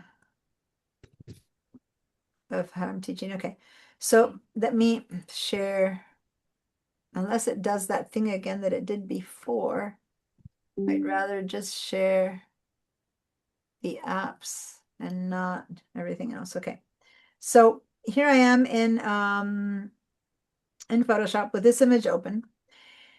And remember I told you that Photoshop deals with pixels and pixel-based images, raster images. And so what are those pixels? Where are they? Well, let's zoom in to see the pixels. So here on the left side of my screen, do you see this thing that says 33%? 33%? Yeah. Depending on the size of the monitor you're looking at, it'll have a different number. It won't have the same number I have. But I'm going to start zooming in. And what I was hoping to do by the end of today is to have everyone really comfortable with shortcuts. But again, you guys, Rhett and Cheryl, the moment you can install your apps, maybe you want to do things like practicing the shortcuts. I'm going to zoom in. One good shortcut for that is to do Command plus. For you Mac PCC people, it'll be Control plus, but I'm going to hold down the Command key. And I'm going to just do plus, plus, plus, plus. And if you look down here, it went to 200%, 400, 900, 1200, and so on and so forth, all the way to 12,800. Whoops. See, it's doing that again. Why is Zoom not letting me click on this program without switching back? I need to Zoom change something. Okay. I don't know what Zoom changed, but I'm going to have to stop sharing that, and I'm going to have to share the individual. I'm going to have to share my entire desktop. Okay. Sorry, I just don't know why I first. So now here we are. Welcome to Pixels in Photoshop. As I zoomed in, as you can see, I'm zooming in. I'm beginning to see the pixels, and each pixel, as I said before, it's like the cell of a human. The pixels are the cell of a photo, and each pixel can only have one color. That's it, one color and nothing else. Now, when you zoom out, imagine what it's like to make a straight line, or if you wanted this to be a sharp line, how can you make a sharp line on a curve when it's made out of lots of little squares, right? Like you can't make a sharp line with squares. Does that make sense? Trying to do a curve on it. So you're never going to get a purely sharp straight line, even when it's going up and down, because it's this gradation of colors between one pixel and another that gives us our texture, our shadows, our depth, right? All of the shape that everything that makes us look like a curved letter, and something with shape versus something that's flat, and so on and so forth. So when you look at this stuff, at some point, you begin to see the little pixels, and we talk about a pixelated image. Visually, this looks pixelated right now, and it's just because I'm seeing it at more than 100%. So remember that in Bridge, I showed you how important that 100% thing was right here. 100% is the golden rule in Photoshop. So you don't ever start working in Photoshop with an image before you first check it at 100%, always.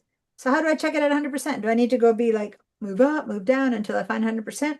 Nope. There's a shortcut that you should all know, which is the moment you open Photoshop, Command or Control 1. Boom. Here's that image at 100%.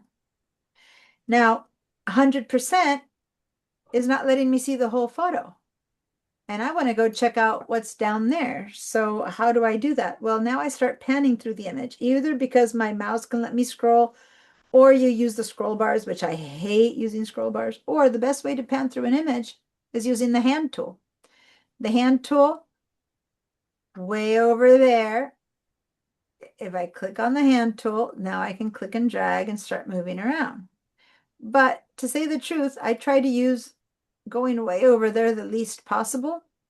So I don't want to go all the way there to get my hand tool. Let's move all the way back up to the pointer at the very top where I get my move tool. That's my move tool. So now how do I move around this thing without having to go to the hand tool? And later when we try to get more efficient, you'll see why. And I'm showing you this because what I'm showing you today, right now, is the same in all three of the programs that we're going to be exploring.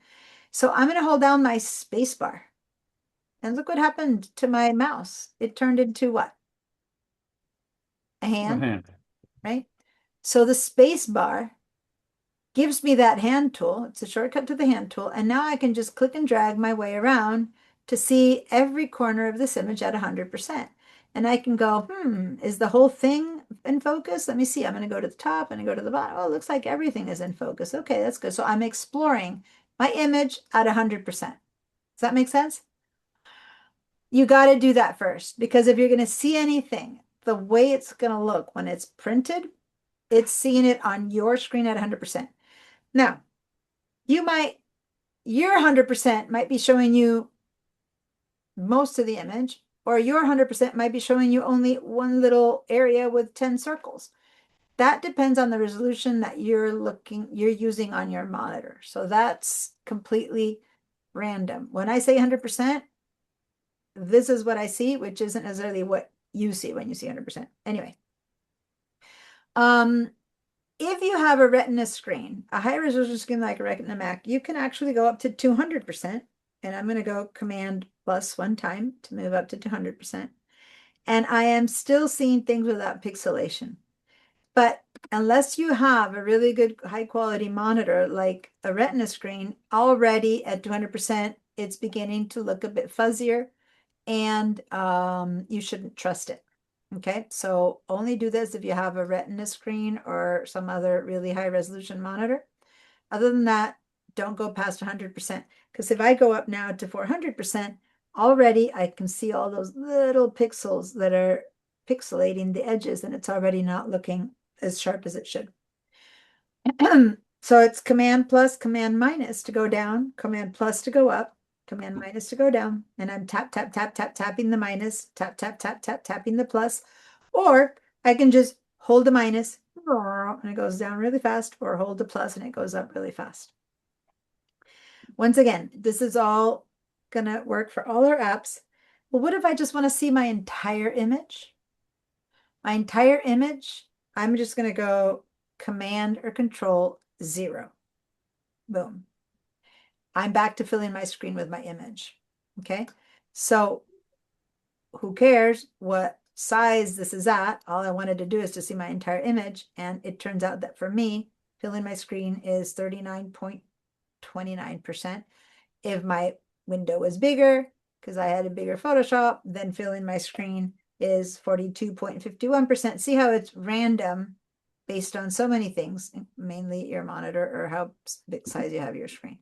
Okay, so that's the basics of moving around in and out. And just so you know, in the class handouts, and I went ahead and added it to the Padlet in case you don't remember how to get to the class handouts, I have a series of shortcuts that are pretty crucial. So if you have a printer at home, I want you to go to the Padlet, and in case you don't remember how to get there, and today we haven't used the Padlet because we're not really creating new stuff, but we'll try to get to it. This is something that I'd like you to print and have next to your screen, you know, so that when I'm not around, you can practice shortcuts as well. Otherwise, I'll be saying Command plus, Command minus, you know, Control. And then these are Illustrator. They're relatively similar, but there's some other stuff in here that you're going to be using. And then whatever's similar for Illustrator is similar for InDesign. So those are just some cheat sheets for handouts. Okay, so that's Photoshop. Again, we're not really doing much because basically literally half of our class can't do anything, and the other half either has done some of this before or not. So I'm just kind of moving through this for a second. Let's open Illustrator, but not by open Illustrator, but let's go to Bridge and open an Illustrator file. So the second folder is called File Formats. Let's go ahead. Well, there's actually an AI right here. Let's just go there. Let's not go to File Formats. Here's an AI folder. By the way, if you did open File Formats already, you just back up by doing that again, and then you're here. Changing order AI, that's an Illustrator file. So let's double click on it, and when we do that, Illustrator is going to open up. So Illustrator is opening up. If you just upgraded, which when you or your first time you ever use it, it might be asking you all like, hi, welcome. Like, do you want, like, this is where Bob, when Bridge had asked you and you didn't know what Bridge, when you first open it, should have asked you, do you want to give me access to hides? You probably said don't. Unless you want to go into the settings to change that all again, this is where you need to say allow. Okay. To everything. If you get that message, I don't know if you got that message. So here we are in Illustrator, which it seems is new to most of you guys. How about InDesign? Has anyone at all used InDesign before except for minimally Ed? Okay. So here we're in Illustrator. Now, in Illustrator, once again, the similarities is that the tools are on the left, the palette's on the right, and the workspace choices are at the very top. So I'm going to go ahead and go to that icon.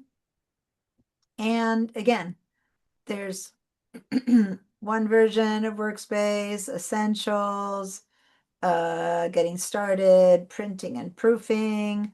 So see, you can print, you can do that, typography, web. Yep, all of these apps can be used for all of that.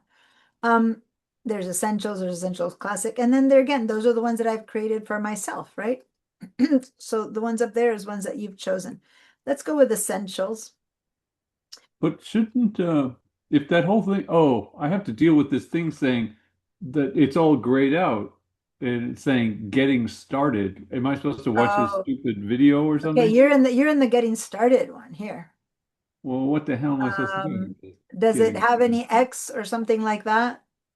any what? X out of you, any way to X out of that? Here, want to share your screen? When you've opened it for the first time, it's basically going, ooh, I'm fancy now and I have ways to introduce you to my program, and it's probably what it's doing. Oh, Go ahead I'm and trying to.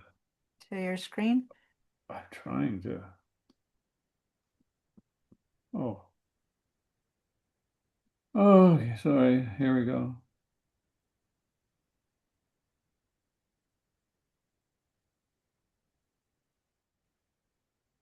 And this Yeah. is a good one because those of you who are just installing the app, you're going to get these kind of questions too. So open Illustrator, you have it back there. Can you click on it? Oh, yeah. Oh, wait a minute. To see, you're moving Photoshop out of the way. Ideally don't do that next time. Just click on, okay. So I thought I did. I just clicked on the bridge. I clicked on Adobe Illustrator. it's possible, but Photoshop now is down here, like it moved down. Maybe you had it down already, but never mind. So why is it gray? Let's see, do this. Go ahead and do Command 0. Hold down the command and then click 0. See if you go to the screen. There it is. You were just on a different portion. Now do Command minus. The stuff that I just taught to you guys, Command 0, Command minus, Command 0 fills your screen with the image. So now there it appeared. Command minus, he's reducing it. So the stuff I just told you in Photoshop is what he's doing in Illustrator right now in order to see the images, right? Same shortcuts. And basically he was zoomed in somehow or another, I don't know why, but he had ended up zoomed in to some part of what's called the oh my God. The void. No, it has a name and I'm drawing an absolute blank. Oh my goodness. This is tiredness and old age, who knows, but what's that back? The pasteboard. I'm sorry, because you can have elements out here. Okay, so that's the pasteboard. Let me just stop your share now and I'll share mine again. Because I want to end the class with at least showing you a bit of each of the 3 applications, because class is over in 1 minute and I'm kind of out of it. So the biggest change, I wanted to show you is that in Photoshop, you're seeing one image at a time. And if I have a different image open, it's just a different file. It's a completely separate creature. And here's a tab and here's another tab. And we have 2 files open and they don't relate to each other. In Illustrator, like you don't have pages in Photoshop. That said, Illustrator created the artboards. This is it. This is one artboard. This is another artboard. It was so efficient for some things that when you use Photoshop now for creating websites, which I teach that class Photoshop for web design, then we also have the artboard tool in Photoshop as of the last, 4 or 5 years it's been there. So you could have pages in Photoshop as well. But in Illustrator, this is one page, this is another page, and they're not called pages, they're called artboards. And as you can see, they're different sizes. Can I grab this and move it out to the pasteboard? Yes, I can. It still exists. Photoshop, on the other hand, there's just nothing. You can't put stuff up here. If you move stuff up there, you just don't see it anymore. Let me just show you. If I move this out, it just goes away. And I'll show you that later. But this is like a mask. There's just nothing there. Versus in Illustrator, And in InDesign, the pasteboard is a useful place to put something that you're working with for now until you move it into something else. Same on the tools on the left side. Just give me 2 more minutes, just 2 more minutes. If you have the 2 more minutes, give me that. Here I have a double-headed arrow, and notice that the tools are double-sided, and if I click on it, it makes me one long row like you'd seen before.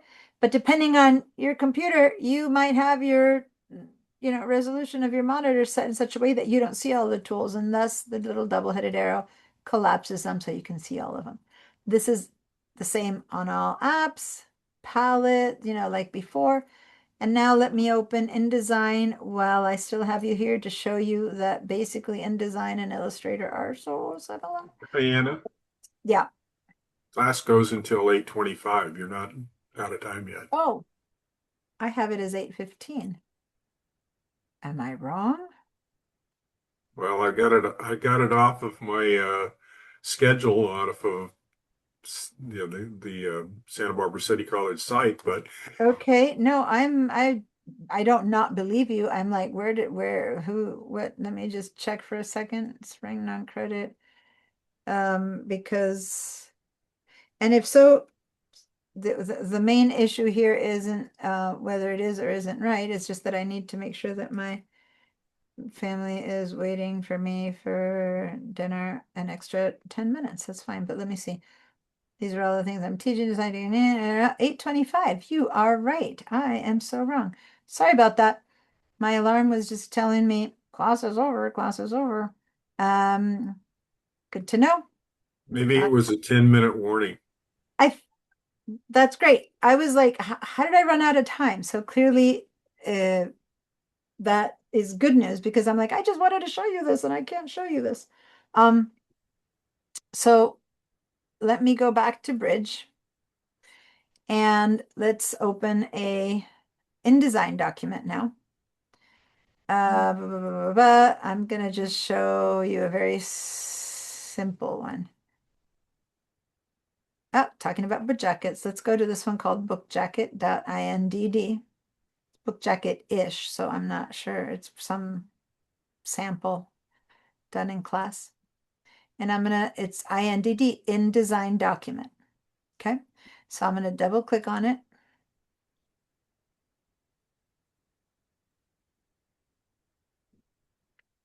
And I'm gonna do Command or Control 0. And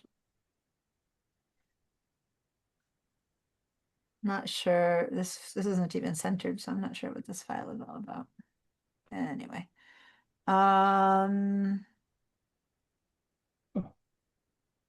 This was someone's sample file. I'm not sure what it is, but anyway, forget what we're looking at inside. Just look at, again, the workspace setup, right? Where on the left side we have our tools. On the right side we have our panels. Here we have the same thing of what will open as I open the different, when I go to window and say that I want to see, I don't know, color, it's going to pop in here, just like before, that kind of thing. Essentials. Now, this is the only place where instead of having the little block that we had before, it's called one of the names. So if I click on it, I'm going to advanced. If I click on this, I go to book. I can't get into this at all. I'm sorry, but Is all I got InDesign. is sorry, something went wrong. All right, let me stop your share your screen, and let me text my husband who's calling me to dinner and tell him.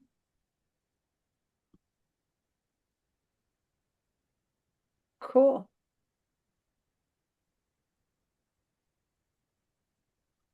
There we go.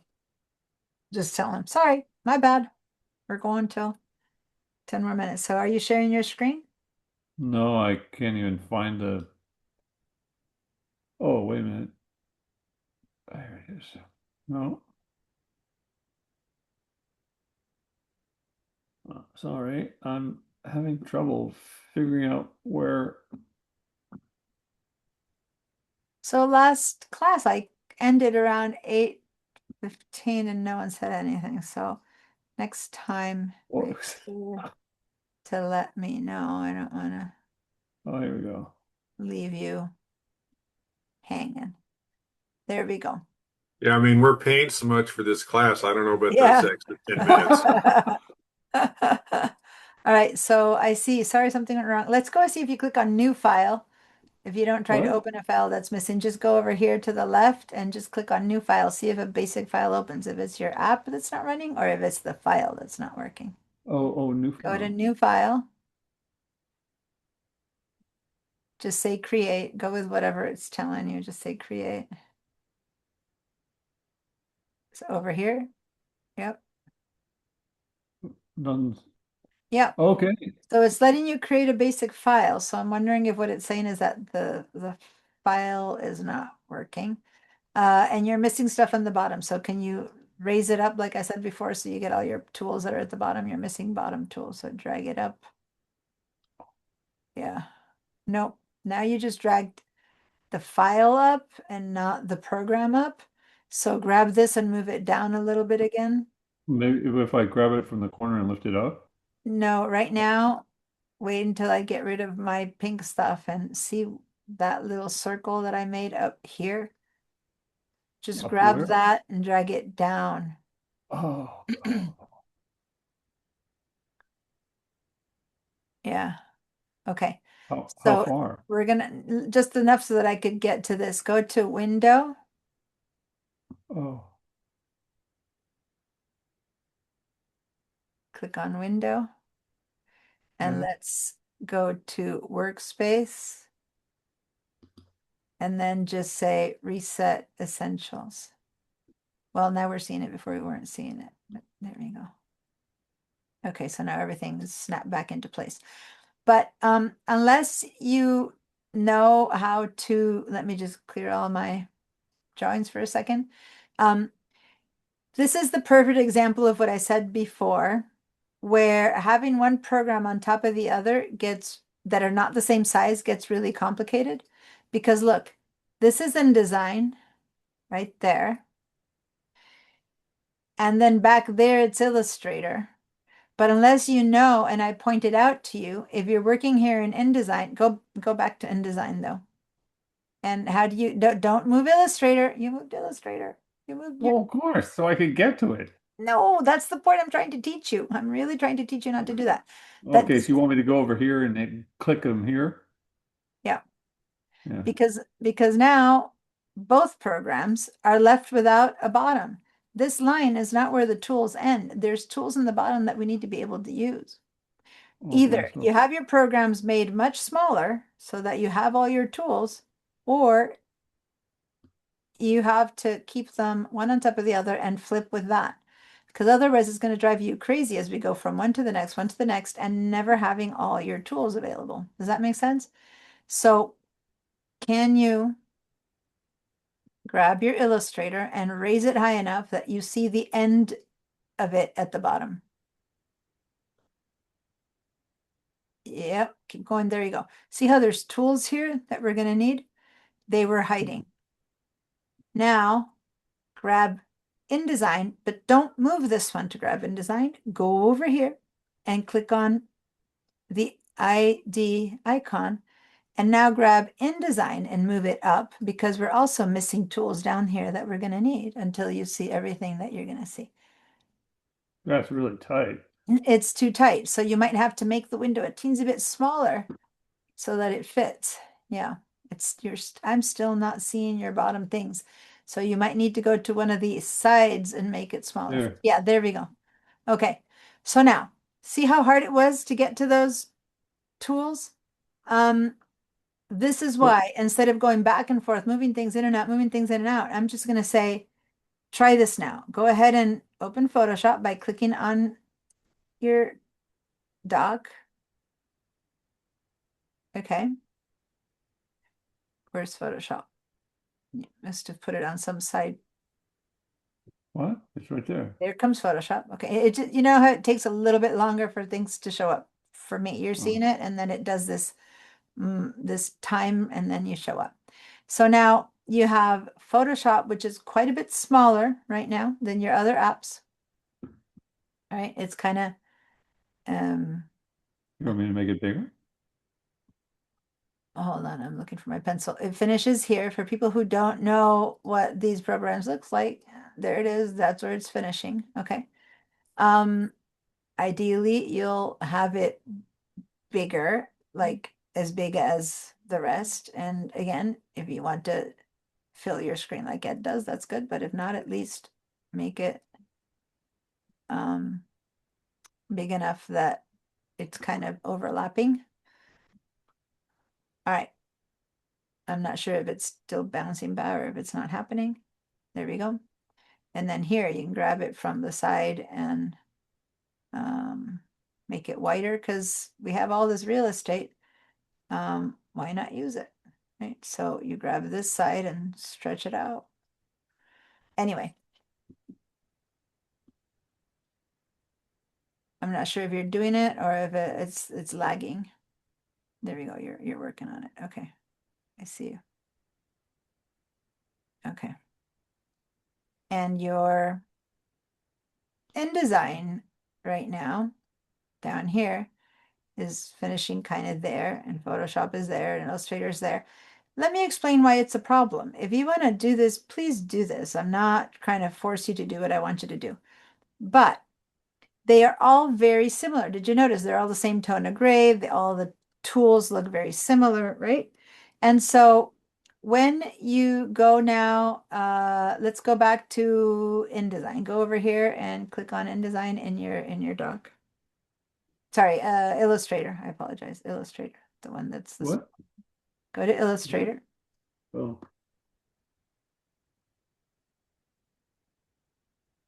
Okay. If I'm asking you to go and use the selection tool from Illustrator, before you had them right next to each other. Now it's moved a little bit, so one kind of looks like it's behind each other, but you could basically have the same arrow over here as over here. The same white tool over here is over here. The same, paintbrush over here is over there. And of course, also on Photoshop if you had 3 of them. So many times when you have the programs overlapping like that, you wouldn't know which one you might go and grab one tool and pick it up from there and the whole screen changes. And that's why ideally by not having them like that but actually having them overlap exactly, or like Ed said, filling the screen with each one of them is just much less confusing. But I'm going to let you work on that over the week if you feel comfortable making them all be in the same position, or fill a screen and use the command tab to switch through them. But no matter what you do, my request is don't ever move this one out of the way to get to the next one. As homework, everyone, when you open multiple programs, and it doesn't matter if you don't have the Adobe programs yet, so Cheryl and Rhett, just get accustomed to opening your PCs or your Macs, it doesn't matter, and switch your computers by using your dock or your taskbar on the PCs. Just click on this, click on that, click on that, click on that, and everything will pop up to the front. Just try to get comfortable doing that. It's a much more efficient way to use your computer anyway. And I'm going to be asking you to switch from one to the next all the time. And so hopefully you'll have practiced it as homework. And by next Monday, when I say, let's go to bridge, let's go to whatever, we don't want to have to wait the 25 seconds to 2 minutes that it'll take to reset the program to find the files. I've had way too many times when I go to this thing over here and people are like, I can't see it. I can't see it. Okay, share your screen, and I can't see it just because the program had been moved down a bit, not because the program wasn't correctly set up. Does that make sense? So Yep. we need to see all of our tools all of the time because there are things at the bottom that we truly do use all the time. All right. Now the thing that happened to Bob here first was that he was seeing gray. He was looking at the pasteboard. So I told him, use the shortcuts, the same ones that I just showed you the handout for. I said, use the shortcuts, and he was able to then center everything.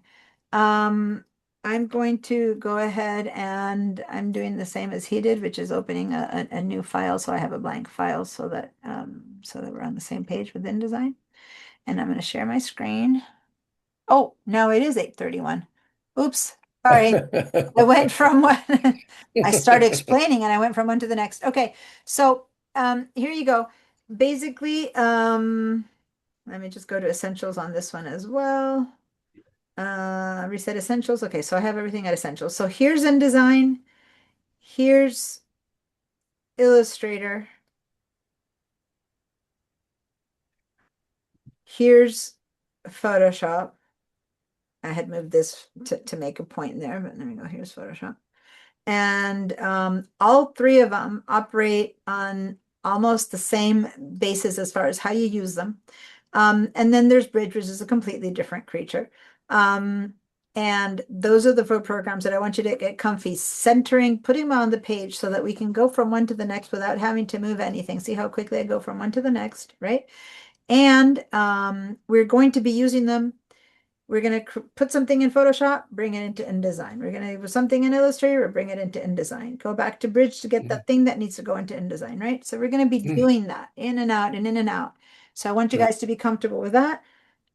InDesign, Command plus plus plus, we zoom in. Command minus minus minus, we zoom out. Command 0, we center the page. So my homework to you guys is back to Padlet. I didn't use Padlet today, which is incredible. I'm always using Padlet a lot. But my homework to you guys is download the shortcuts and practice using the shortcuts. Okay. So Control plus, Control minus, Control 0. These top ones are the 100% that is important for Photoshop, but not for Illustrator. Read this article, which is the one that if you haven't yet read, please read. And then do, just so that by next Monday, you all still remember how to do it, do one more post here in your Padlet, even if it's whatever, the background. I don't care. I want one more post so that you can all practice how to do this. Hopefully by next Monday, you all have the apps and we can open files, begin to work. The apps are up and running. Everything is fine. I know that that's Dynamic dinner. pie in the sky. I know that with new apps, we might have issues, but let's hopefully do the best. Put all of Cheryl's positive vibe forwards to make sure that Rhett Go, and Cheryl. Cheryl's apps are running and that that everyone who joins us, there's a person who's been having some they're not here today, but they're looking at they're watching the pages and hopefully that they're up to date on this too so that they can join us at the same level. So next time, Diana, don't invite Murphy. Murphy. I'll do my best. But sometimes Murphy just drops in. Okay, guys, have a great weekend at this point. See you on Monday. Bye. Bon appetito. Mm. Jack Bailey.